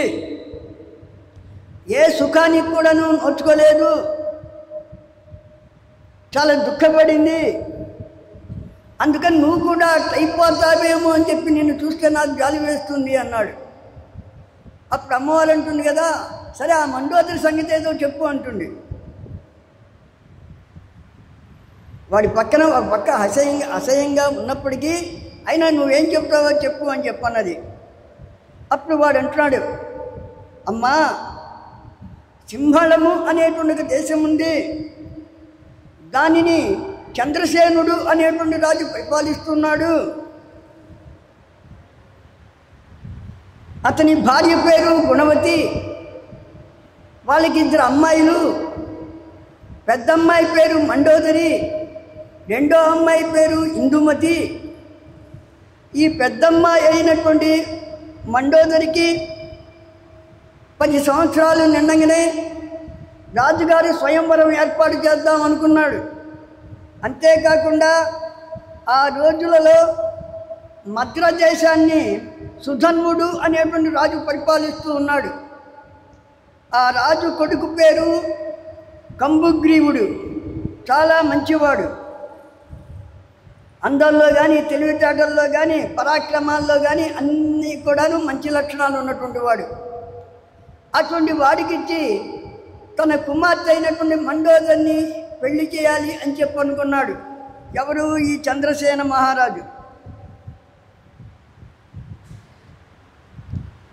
అయితే ఈ విషయాన్ని గురించి తన భార్యతో చెప్తాడు, ఇటు అమ్మాయి అభిప్రాయాన్ని తెలుసుకోని. ఆమె కూడా కుమార్తె అభిప్రాయాన్ని తెలుసుకోవడానికి వెళ్తుంది. మండోదరికి తండ్రి యొక్క అభిప్రాయం చెబుతుంది. తల్లి మాట వింటూనే ఒక్కసారి ఆ మండోదరి కస్సుమంటుంది. అమ్మా, నేను ఎవరిని పెళ్లి చేసుకోను, నాకు పెళ్ళంటేనే ఇష్టం లేదు. నేను ఇట్లా కన్యగా ఉంది చక్కగా ఆధ్యాత్మిక మార్గంలో జీవనం గడుపుతూ ఉంటాను, స్వతంత్రంగా జీవిస్తాను, చక్కగా తపస్సు చేసుకుంటూ ఉంటాను. ఈ సంసారం నాకెందుకమ్మా? ఈ సంసారము అనేది ఒక పెద్ద సముద్రం లాంటిది. పైన అక్కడ ఉండేవాళ్ళ బ్రతుకు కూడా బానిస బ్రతుకు. స్త్రీల సంగతి అసలే చెప్పక్కర్లేదు. స్వతంత్రతకి మించినటువంటి సుఖం లేదు.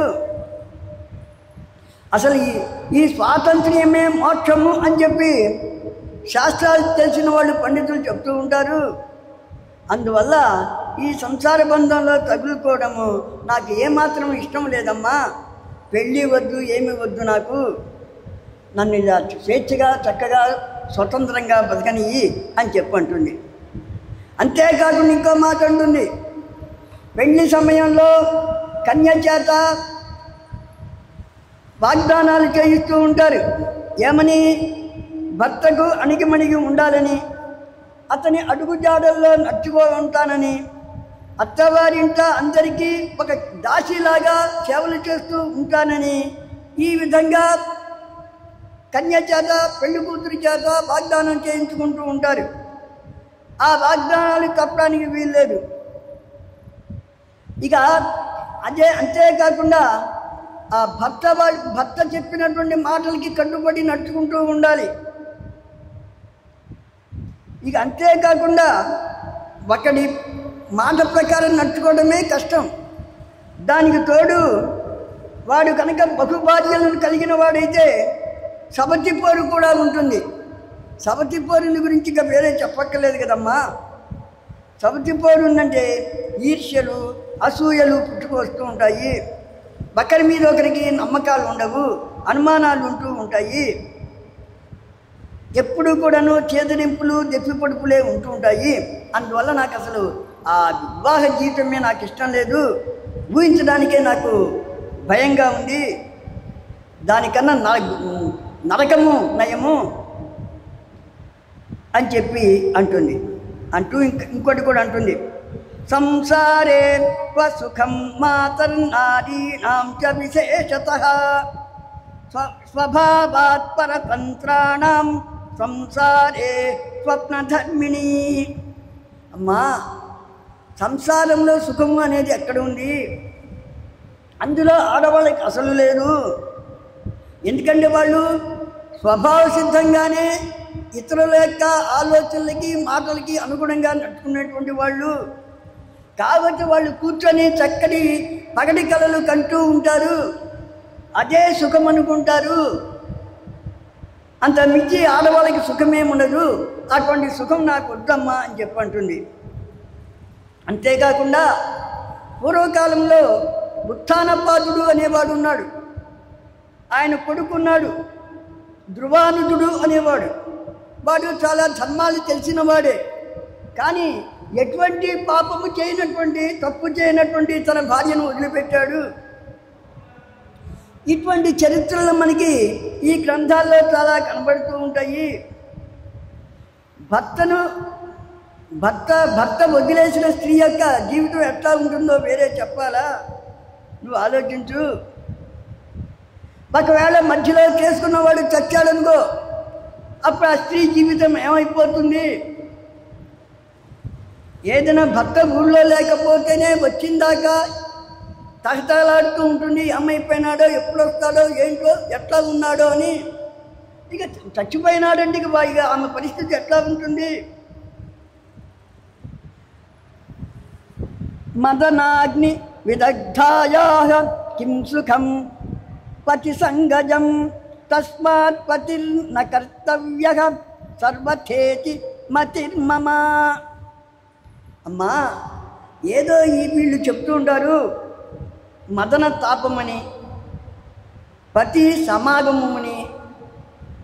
ఈ పతి యొక్క సమాగము సుఖం కలిగిస్తుందని ఏవేవో చెప్తూ ఉంటారు. అవన్నీ నిజాలేనంటావా? నాకైతే ఇవన్నీ ఏదో స్వప్నాల్లాగా, కలలులాగా కనిపిస్తూ ఉంటాయి. అంతేకాకుండా అవి అబద్ధాలని కూడా అనిపిస్తూ ఉంటాయమ్మా. అంచేత నేను ఎప్పటికి కూడాను పెళ్లి చేసుకోను, ఇది నా నిర్ణయము అని చెప్పి ఖరాఖండిగా చెప్తుంది. అప్పుడు ఆమె ఒక్కసారి బిత్తరపోతుంది. ఆ గుణవతి, నా కుమార్తెనా ఇలా మాట్లాడేది అని చెప్పి అనుకుంటుంది. ఎన్నో రకాలుగా చెప్పి చూసింది తల్లిగా, కానీ ఫలితం లేకపోయింది. అదే విషయాన్ని తీసుకెళ్ళి భర్తకు చెప్పింది ఆమె. సరే, వివాహం చేసుకోనంటే మాత్రం తాను మాత్రం ఏం చేస్తాడు? అందుకని చంద్రసేన మహారాజు కూడాను ఆ అమ్మాయి యొక్క వివాహ ప్రయత్నాలు చేయడం మానుకున్నాడు. ఇట్లా ఉంటుండగా ఈమె బాగా యవనవతి అయింది. మనస్సును, శరీరాన్ని ఆ యవనపు ఛాయలు ఆవహిస్తున్నాయి. ఇట్లా ఉంటుండగా ఆమె చెలికత్తెలతో కలిసి ఒక ఉద్యానవనానికి వెళ్ళింది. అదే రోజుల్లో, అదే సమయంలో కోసల దేశాన్ని పరిపాలించేటువంటి వీరసేనుడు అనేటువంటి రాజకుమారుడు వచ్చాడు. అక్కడికి అటువైపు వచ్చాడు. అతడు తన సైన్యంతో వస్తూ అతను దారి తప్పాడు. ఆ సైన్యం వెనక వస్తూ ఉన్నది. అతడు ఈ ఉద్యానవనంలో ఉన్నటువంటి చెలికత్తెలతో ఉన్నటువంటి మండోదరిని చూచాడు. చూచి దగ్గరికి వచ్చాడు. వచ్చి ఆ చెలికత్తెల మండోదరి పక్కన ఉన్నటువంటి ఒక సేవికను పిలుస్తాడు. పిలిచి,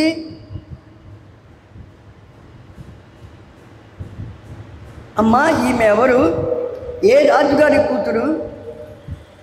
వన విహారానికి వచ్చారా ఏమిటి అని చెప్పి ఆ పరిచారికతోటి మాట్లాడుతూ పక్కనున్నటువంటి రాజకుమార్తె అయినటువంటి మండోదరి యొక్క అందచందాలను గమనిస్తూ చూస్తూ ఉంటాడు.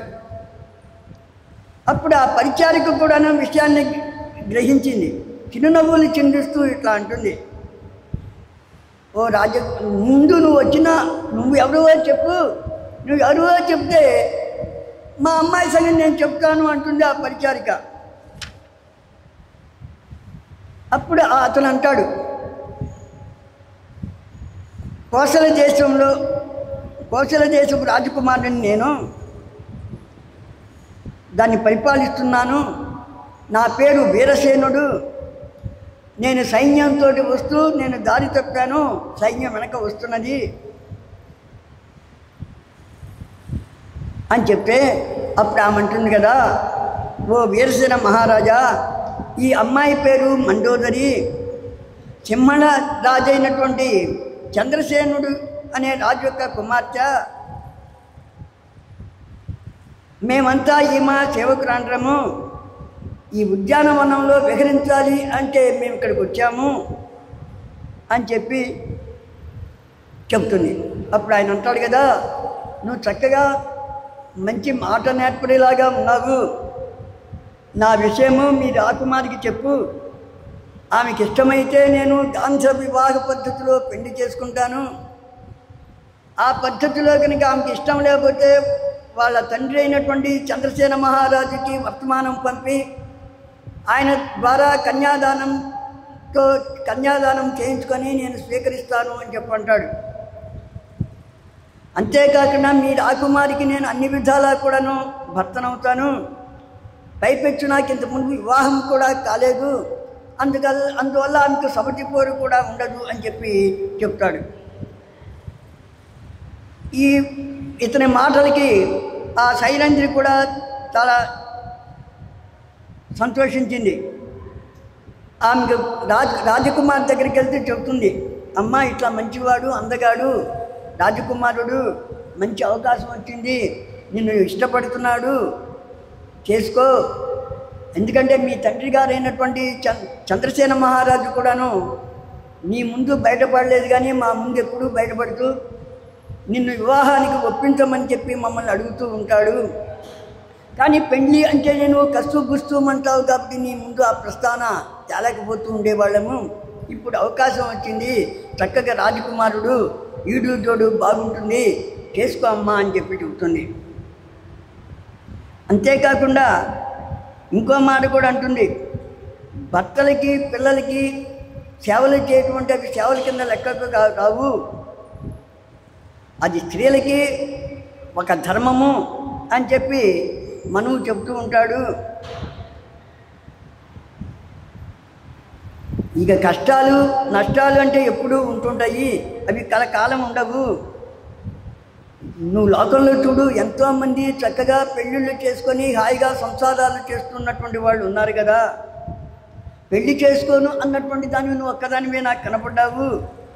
అందువల్ల ఊరికే లేనిపోని భయాలు ఊహించుకొని పెళ్ళిని మానుకోవాకు. మంచి సంబంధము, మంచి యోగ్యుడిలాగా ఉన్నాడు, నిన్నంటే ఇష్టపడుతున్నాడు, నీకే సేవలు చేస్తానంటున్నాడు, నా మాట విను, ఇతని వివాహం చేసుకో, మీ తండ్రి కూడా సంతోషిస్తాడు, మా అందరికి కూడాను ఆనందం కలుగుతుంది, నువ్వు సుఖంగా ఉండు కానీ అని చెప్తుంది. అయినప్పటికీ ఆ మండోదరి పెళ్లి చేసుకొననే చెప్తుంది. అంతేకాకుండా ఎప్పుడు నా దగ్గర ఆ ప్రస్తావన చావద్దని కూడా చెప్తుంది.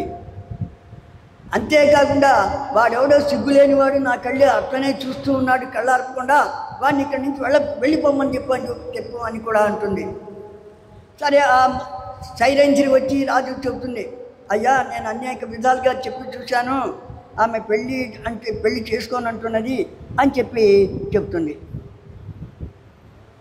ఆ తర్వాత ఇంకా 1-2 సార్లు కూడా ఆ అమ్మాయి చెప్తుంది, నీకన్నా వయసులో పెద్దదాన్ని, లోకానుభవం మీకు చెప్తున్నాను, పెళ్లి చేసుకోమని చెప్తుంది. అన్నప్పటికీ ఈమె ఒప్పుకోదు. అప్పుడు అదే విషయాన్ని సైరంధ్రి ఆ రాజకుమారుడికి చెప్తుంది.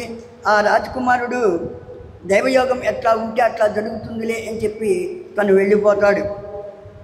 ఇట్లా ఉంటుండగా ఈ మండోదరికి ఇందుమతి అనేటువంటి చెల్లెలు ఉంది కదా, ఆ చెల్లెలికి వాళ్ళ నాన్న అంటే చంద్రసేన మహారాజు స్వయంవరాన్ని ఏర్పాటు చేశాడు. ఆ స్వయంవరంలో ఆ ఇందుమతి తనకు అనుకూలుడు, ఇష్టమైనటువంటి వాడిని తండ్రి చెప్పింది, ఆ అమ్మాయికి అతనితోటి వివాహం చేశాడు. ఆ సమయంలో స్వయంవరానికి మద్రా దేశానికి రాజైనటువంటి చారుదేష్టుడు కూడా వచ్చాడు. అతడు చాలా అందగాడు. స్ఫురద్రూపి. అంతేకాకుండా తన మాటలతోటి ఆడవాళ్ళను క్షణాల్లో బుట్టలో వేసుకుంటాడు. మరి వాడు ఏంటి అటువంటి వాడి మీద ఈ అమ్మాయికి అభిమానం కలిగింది మండోదరికి. వాడు ఎటువంటి వాడంటే తదా కామాతురా జాత విటం వీక్ష నృపం తుసా చకమే దైవ యోగాత్తు శఠం చాతుర్యభూషితం. అటువంటి స్ఫురద్రూపి చమత్కారి అయినటువంటి నీచుడైనటువంటి వాడి మీద ఈ మండోదరికి మనసు కలిగింది. వెంటనే తండ్రి దగ్గరికి వెళ్ళి తండ్రి చెవిలో చెప్పింది, నాన్న నేను కూడా పెళ్లి చేసుకుంటాను ఫలానా వాడిని అని. సరే చాలమ్మ, ఇంతకాలానికి ఒప్పుకున్నావు, నాకు అంతే చాలు అని చెప్పి ఆ చారుదేశునికి ఇచ్చి పెళ్లి చేస్తాడు ఈ మండోదరిని. సరే అత్తగారింటికి వెళ్తుంది. వాళ్ళ సంసారం కొంతకాలం సవ్యంగా మంచిగానే సాగుతుంది. కానీ ఈ అక్కడికి వెళ్ళినటువంటి ఈ మండోదరి తన పరిచారిక ద్వారా భర్తను గురించి 2 సార్లు చెడుగా వింటుంది. అతను మంచి ప్రవర్తన కలిగిన వాడు కాదు, పరస్త్రీ వ్యామోహితుడు అని చెప్పి చెబుతుంది. తన కంట కూడా పడ్డాడని కూడా చెప్తుంది ఆ పరిచారిక. అయినప్పటికీ మండోదరి నమ్మక ఆ పరిచారికనే తిట్టిపోస్తుంది. ఇట్లా ఉంటుండగా మరి కొన్ని రోజులకి ఈ చారుదేశుడు ఒక వేశ్యతో కలిసి ఉండడం అనేది ఈ మండోదరి స్వయంగా చూడటం జరుగుతుంది. అప్పుడు సహజంగా విరక్తి భావంతో ఉండేటువంటి ఆమెకు ఇంకా విరక్తి భావం కలుగుతుంది. అయ్యో ఎంత పని చేశానే, తెలియక ఇటువంటి నీచుని పెళ్లి చేసుకున్నాను, ఎంత పొరపాటు చేశాను అని చెప్పి చాలా బాధపడుతుంది. అంతేకాకుండా అతనితో నాకు సంసారం చేయటం ఇష్టం లేదు, పోనీ పుట్టింటికి వెళ్దామా అంటే అక్కడ నా చెలికత్తెలందరూ కూడా నన్ను ఎగతాళి చేస్తారు, భలే వాడిని వరించి పెళ్లి చేసుకున్నావే అని. పోనీ ఇక్కడ ఉందామా అంటే అటువంటి భర్తతోటి సంసారం చేయటం ఇష్టం లేదు. అందువల్ల పుట్టింటికి వెళ్ళలేక అత్త ఇంట్లోనే భర్తతో ఎటువంటి సంబంధం లేకుండా బ్రతికుండగానే చచ్చిపోయిన దానిలాగా జీవంచవలనగా బతుకుతూ కాలం గడుపుతూ ఉంది. ఓ దేవి, ఓ పరదేవత, నీవు కూడాను. అప్పుడు తను దుఃఖపడుతుంది, అయ్యో నేను అట్లా పలానా రాజకుమారులను చేసుకోలేకపోయినానే, చివరికి దుష్టుడైన ఈ చారుదేశుని చేసుకున్నానని చెప్పి బాధపడుతుంది మండోదరి. అట్లా కూడా నువ్వు కూడా ఈ జీవితంలో అలా బాధపడకూడదు అని చెప్పి నేను చెప్తున్నాను అని చెప్పి ఈ మహిషాసురుడు ఈ మండోదరి కథను వినిపిస్తాడు అమ్మవారికి. అప్పుడు ఆమె అంటుంది, ఇక నీ అధిక ప్రసంగాలు కట్టుపెట్టు,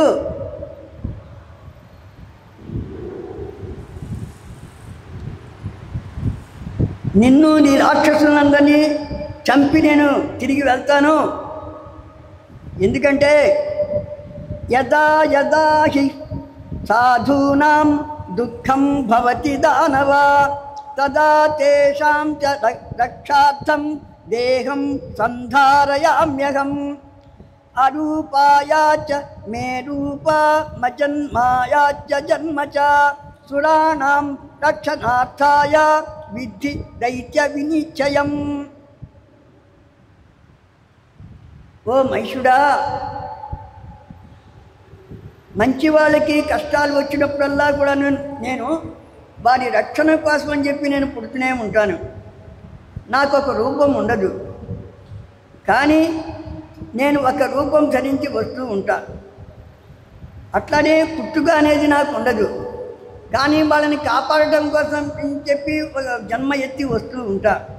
ఇదంతా కూడా కేవలము దేవతలను రక్షించడం కోసమే ఇట్లా చేస్తూ ఉంటాను అని చెప్పి అంటుంది. ఇక చివరిసారిగా చెబుతున్నాను, నిన్ను చంపమని చెప్పి దేవతలందరూ ప్రార్థిస్తేనే నేను ఇక్కడికి వచ్చాను. నేను పుట్టిందే నిన్ను చంపడం కోసం. ఆ పని పూర్తయితే నేను నిశ్చింతగా ఇక్కడి నుంచి తిరిగి వెళ్తాను. ఇది సత్యం. నీకు ఇక మళ్ళీ చెప్పడం ఉండదు. త్వరగా తేల్చుకో.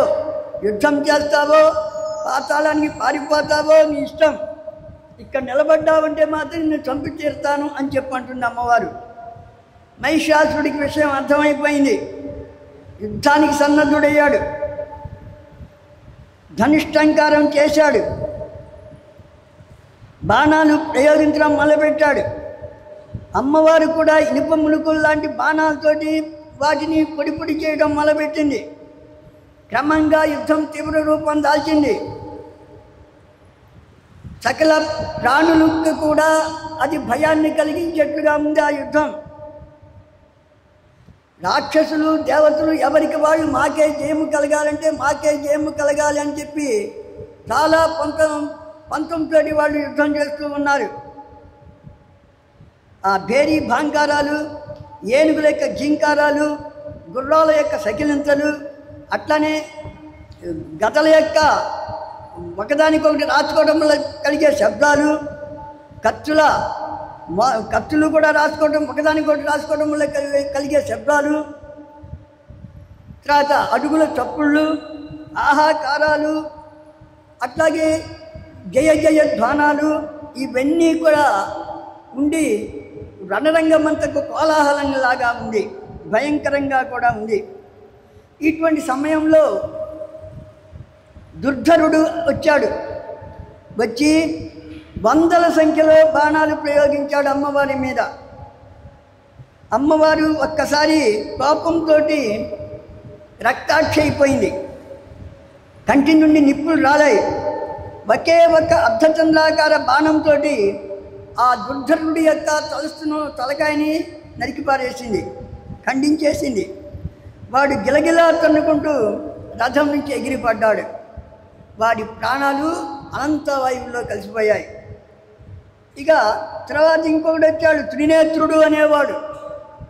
వాడేం చేశాడంటే ఒక పెద్ద గదను తీసుకొని గిరగిరా తిప్పుతూ అమ్మవారి సింహవాహనం వైపు వచ్చాడు. వీడు ఎందుకంటే విశేషమైన శస్త్రాలను అస్త్రాలను ప్రయోగించగలిగినటువంటి వాడు. అందువల్ల ఆమె ఏం చేసిందంటే వాడికి అటువంటి అవకాశమే ఇవ్వకుండా త్రిశూలాన్ని విసిరేసి వాడి గుండెలో పొడి చేసింది. వాటి నోటిలో నుంచి ఏదో పదం రాపోయిందో ఏమో కానీ మొదటి అక్షరంతోనే ఆగిపోయింది. ఆ నోరు వెళ్ళబెట్టి కన్నులు మూశాడు వాడు.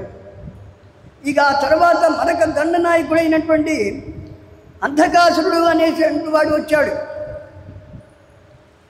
ఈ త్రినేత్రుడి మరణాన్ని కళ్ళారా చూడటం వల్ల వీడు చాలా ఆవేశంగా ఉన్నాడు. పరుగున వచ్చాడు. పెద్ద గద తీసుకొని సింహాన్ని తల మీద ఒక్క దెబ్బ కొట్టాడు. అది ఒక్కసారిగా గర్జించింది. జూలు తులిపి పంజా విసిరింది. అప్పుడు గద్ద గోళ్లల్లో కనుక ఒక కోడి పిల్ల ఎట్లయితే చిక్కుకుంటుందో ఆ విధంగా సింహం యొక్క పంజాలో ఈ అంధకుడు చిక్కుకొని విలవిల్లాడిపోయాడు. ఆ తర్వాత సింహము వాడిని కాస్త చంపి తినేసిందో ముద్దలాగా చేసుకొని.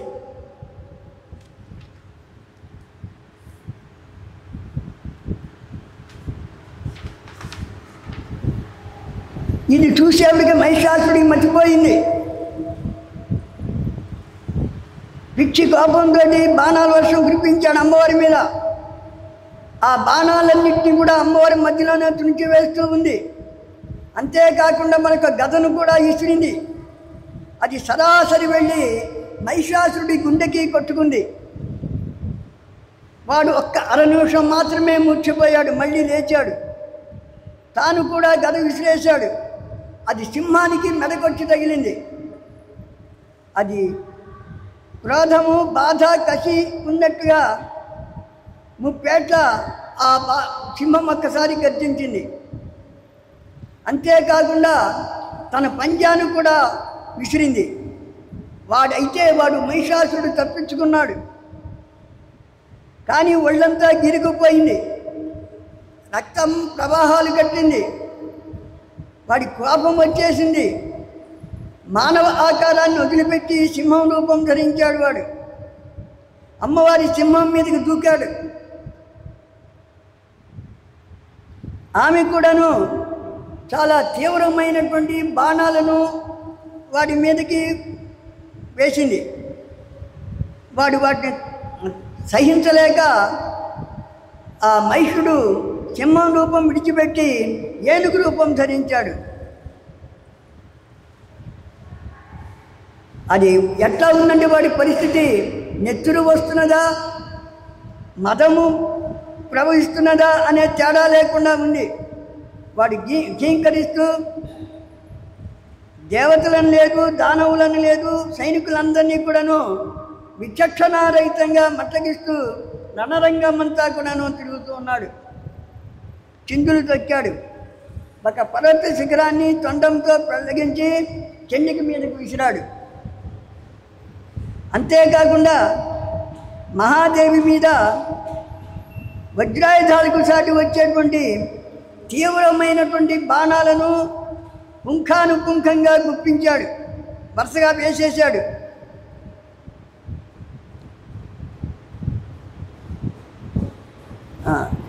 వాడు వేసేటువంటి వారి మీదకి అమ్మవారే వజ్రాయుధానికి సాటి వచ్చేటువంటి తీవ్రమైన వాడైన బాణాలు వేసింది. దాంతో వాడు వేసినటువంటి పర్వత శిఖరాలు నుగ్గు అయిపోయాయి. ఆమె విజయంతో ఆ గర్వంతో వికటాటహాసం చేసింది. రణరంగమంతా కూడాను దుమ్ము ధూళి బాగా వ్యాపించాయి, చీకట్లు కమ్ముకున్నాయి. అది గమనించి ఏం చేసిందంటే అమ్మవారి యొక్క ఏనుగు, వాడి ఏనుగు రూపంతో వచ్చాడు కదా, వాడి కుంభస్థలం మీదకి దూకి గోడ్లతోటి కోరలతోటి వాడిని చీల్చేసింది. వాడు కూడా మాయావి కాబట్టి అదృశ్యులై ఏనుగు రూపాన్ని విడిచిపెట్టి శరభము అనేటువంటి రూపాన్ని ధరించాడు. ఈ శరభానికి 8 కాళ్ళు ఉంటాయి. అట్లానే అది కూడాను చూస్తే ఎట్లా ఉందంటే, వేళ్లను ఊడలను పెకలించుకొని నడిచి వస్తున్నటువంటి ఓ పెద్ద మర్రి చెట్టులాగా ఉన్నాడు వాడు. అన్ని దిక్కులకి సమానంగా సంచరిస్తూ ఉంది. అటువంటి శరభాన్ని చూసి దేవతలంతా కూడా నిశ్చేష్లైపోయారు, శిలా ప్రతిమల్లాగా అయిపోయినారు. దానవ సైన్యంలో ఉత్సాహం పెరుగుతున్నది. అది శరభ అంటూ ఆకాశం చిల్లులు పడేట్లుగా అరుస్తున్నారు. ఆ రూపంతోనే మహిషాసురుడు మహాదేవికి చేతివేటు దూరంలోకి వచ్చాడు. అప్పుడు ఆమె పదునెక్కినటువంటి వాడైనటువంటి కత్తిని తీసుకొని వాడి శిరస్సు మీద బలంగా వేసింది. కానీ వాడు ఏమాత్రం చెదరలేదు, వాడికి ఏమాత్రం కూడా దెబ్బ తగిలినట్టు కూడా లేదు, ఇంకా మీదగా వస్తున్నాడు. అప్పుడు ఆమె కోపంతో అర్ధచంద్రాకార బాణాలను 8 వాడి మీద ప్రయోగించింది. వాడి 8 కాళ్ళను కూడాను ఖండించింది. అప్పుడు ఆ శరభం కాస్త చతికిల పడింది. అంతేకాకుండా పరస్పథ మొదలైన కత్తులతోటి చీల్చి చెండాడింది. అన్ని చేతులకు అన్ని ఆయుధాలకు ఒకేసారి పని కల్పించింది అమ్మవారు. 18 చేతులకి ఆ చేతుల్లో ఉన్నటువంటి 18 ఆయుధాలకు కూడా అమ్మవారు పని కల్పించిందన్నమాట. ఆ దృశ్యాన్ని చూసి ప్రపంచమంతా కూడా నివ్వెరపోయింది. రాక్షస వీరులు ఒక్కసారి భయకంపితులైపోయి శిలాప్రతిమలాగా అయిపోయారు. పారిపోలేక నిలబడలేక ప్రాణాలు వదిలారు. ఇక దేవతా సైన్యంలో బాగా ఉత్సాహం వచ్చేసింది, ఉరకలేసింది. జగదంబికే జయోస్తు, మహాచండికే విజయోస్తు అంటూ ఆకాశము చిల్లులు పడేట్లుగా పెద్దగా కీర్తిస్తూ ఉన్నారు దేవతలు. ఇక ఈ రాక్షసుడు ఏం చేశాడంటే చరభ రూపాన్ని వదిలిపెట్టాడు. తనకు సహజ సిద్ధమైనటువంటి దున్నపోతు రూపంలోకి మళ్ళీ వచ్చాడు. తోకను జాడిస్తూ ఉన్నాడు. దేవతలకి అది కమాచిలాగా తగులుతుంది. గిట్టలతోటి మట్టగిస్తున్నాడు. తన కొమ్ములతోటి కుమ్ముతున్నాడు. ముందరి కాళ్ళతో నేలను తవ్వుతున్నాడు. తోక రిక్కించి రంకెలు వేస్తున్నాడు. అంతేకాకుండా భయంకరంగా కూడా అరుస్తున్నాడు. వెనక్కి నడిచి వెళ్ళి క్షణం ఆగాడు. ముఖ్యని కిందకు దించి చూపులను ముందుకు సాచి కొమ్ములే బల్లాలుగా చేసుకొని అమ్మవారిని పడవటానికి తీసుకొని వచ్చాడు. ఆ కాలిగిట్టలకి దుమ్ము ఎగసి పడుతూ ఉంది పైకి. అతడి వేగాన్ని తట్టుకోలేక ఆ దుమ్ము ఆకాశంలోకి వచ్చి ఒక పెద్ద మేఘంలాగా కనపడుతూ ఉన్నది ఆ దుమ్ము. అంతేకాకుండా ఇట్లా అంటున్నాడు, ఓ చండిక, ఈ క్షణంతో నీ పని అయిపోయింది. ఎంతటి మూర్ఖురాలివో, నాతో యుద్ధానికి దిగావు. నీకు 18 చేతులు ఉన్నాయి కదా అని చెప్పి మిడిసిపడ్డావు, అహంకారం పొందావు. నిన్ను సంహరిస్తాను, ఇప్పుడు ఈ దేవతలను కూడా మట్టి కల్పిస్తాను అని చెప్పి అంటున్నాడు. అంతేకాకుండా ఈ దేవతలు ఏం చేశారు? ఆడదాని అయినటువంటి నిన్ను ముందు పెట్టుకొని వాళ్ళు నన్ను జయిద్దామనుకున్నారు. వాళ్ళ మాటలేమీ సాగవు. వాళ్ళంతా నీచులు, బుద్ధి లేని వాళ్ళు, పామరులు. ఈ రోజుతో ఈ జగత్తంతా కూడాను, నీతో పాటు దేవతలంతా కూడాను నాశనమైపోతారు. నిలువు అంటూ ఆమె వెంట పడ్డాడు గర్జిస్తూ. అప్పుడు ఆమె అంటుంది కదా, వాడి బుద్ధి లేనివాడా, ఈ ప్రేలాపనలు కట్టబెట్టు. ఇప్పటికే ఎన్నో రూపాలు ఇచ్చావు, ఇక ఇదే నీకు చివరి రూపము. నీ కొమ్ముల్ని ఖండించి పారేస్తాను, నిన్ను చంపుతాను, దేవతలకి నీ బాధ లేకుండా చేస్తాను. అంతేకాకుండా ఈ లోకంలో రాక్షసులు అనేవాడు లేకుండా చేస్తాను. నీ మాయలు నా దగ్గర కాదు, నా ప్రతాపం చూపించు నీ అంటూ, ఇదిగో నాకు ఇష్టమైనటువంటి ద్రాక్ష రసాన్ని తాగుతున్నాను అని చెప్పి వాడి ముందు ద్రాక్ష రసాన్ని కూడా పురోలుతుంది ఆమె. ఇక నిన్ను చంపుతున్నాను.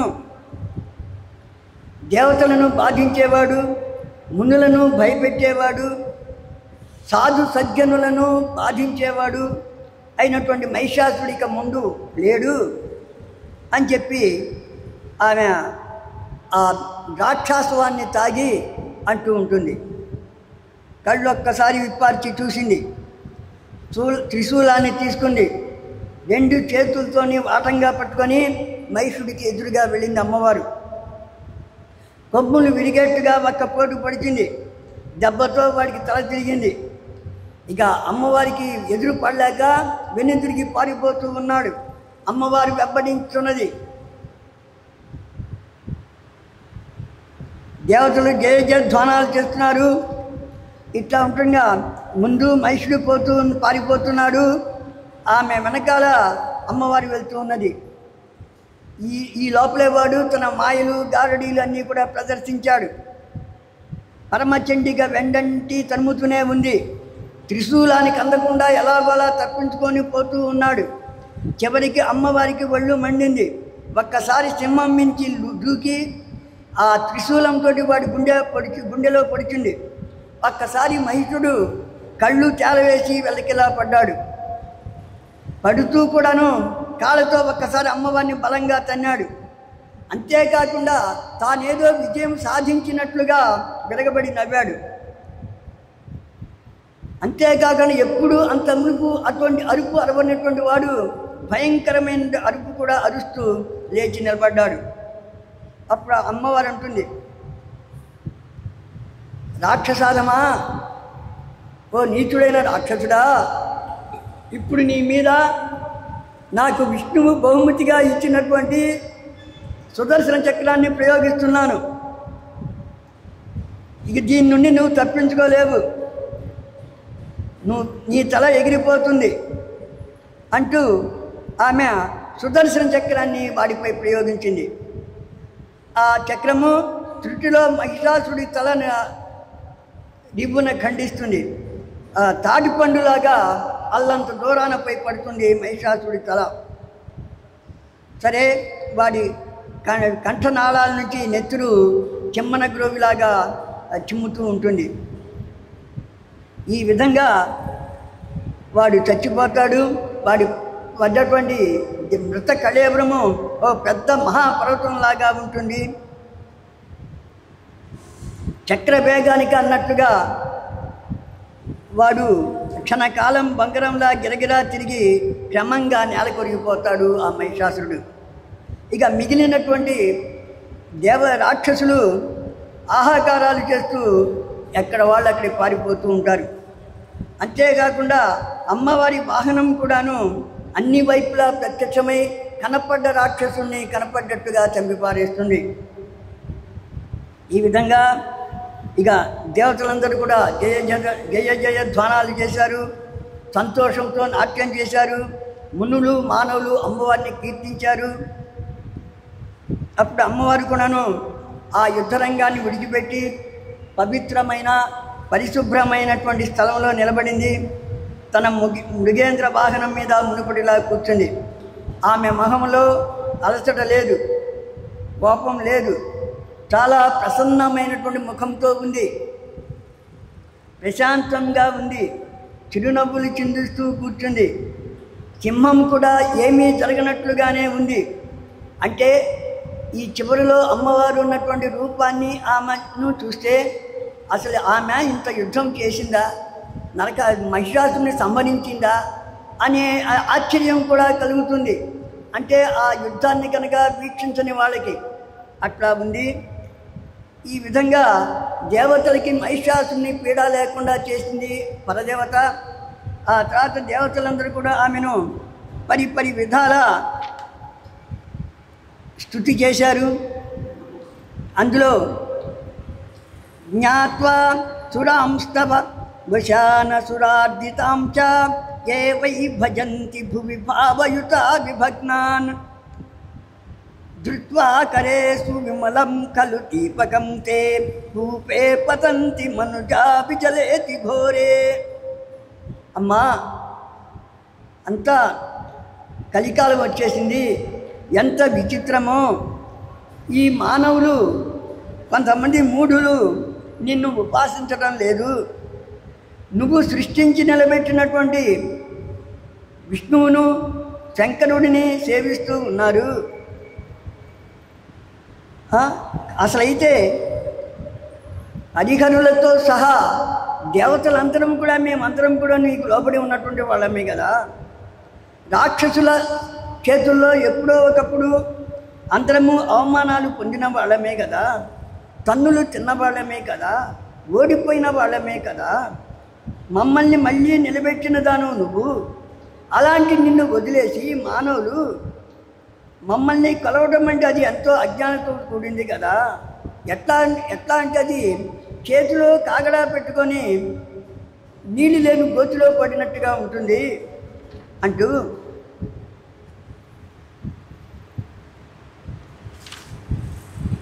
ఆ తర్వాత అమ్మవారిని దేవతలు ఆ విధంగా స్తుతి చేస్తారు అనేక రకాలుగా.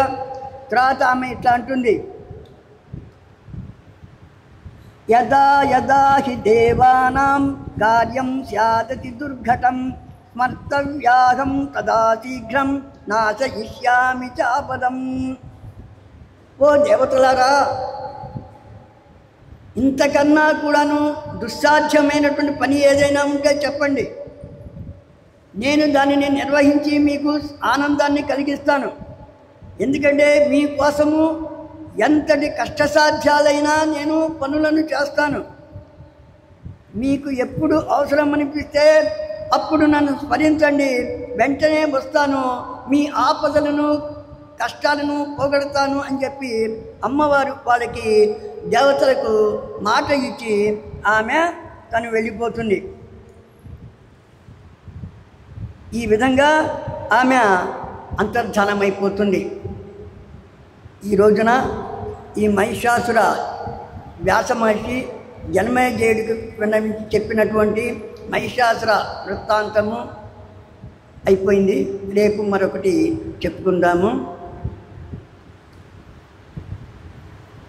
స్వస్తి ప్రజాభ్యః పరిపాలయంతాం న్యాయేన మార్గేణ మహీషాః గోబ్రాహ్మణేభ్యः శుభమస్తు నిత్యం లోకాः సమస్తాः సుఖినో భవంతు. అపరాధసహస్రాణి క్రియంతే అనిశం మయా దాసోయమితి మామత్వా క్షమస్వ పరమేశ్వరీ.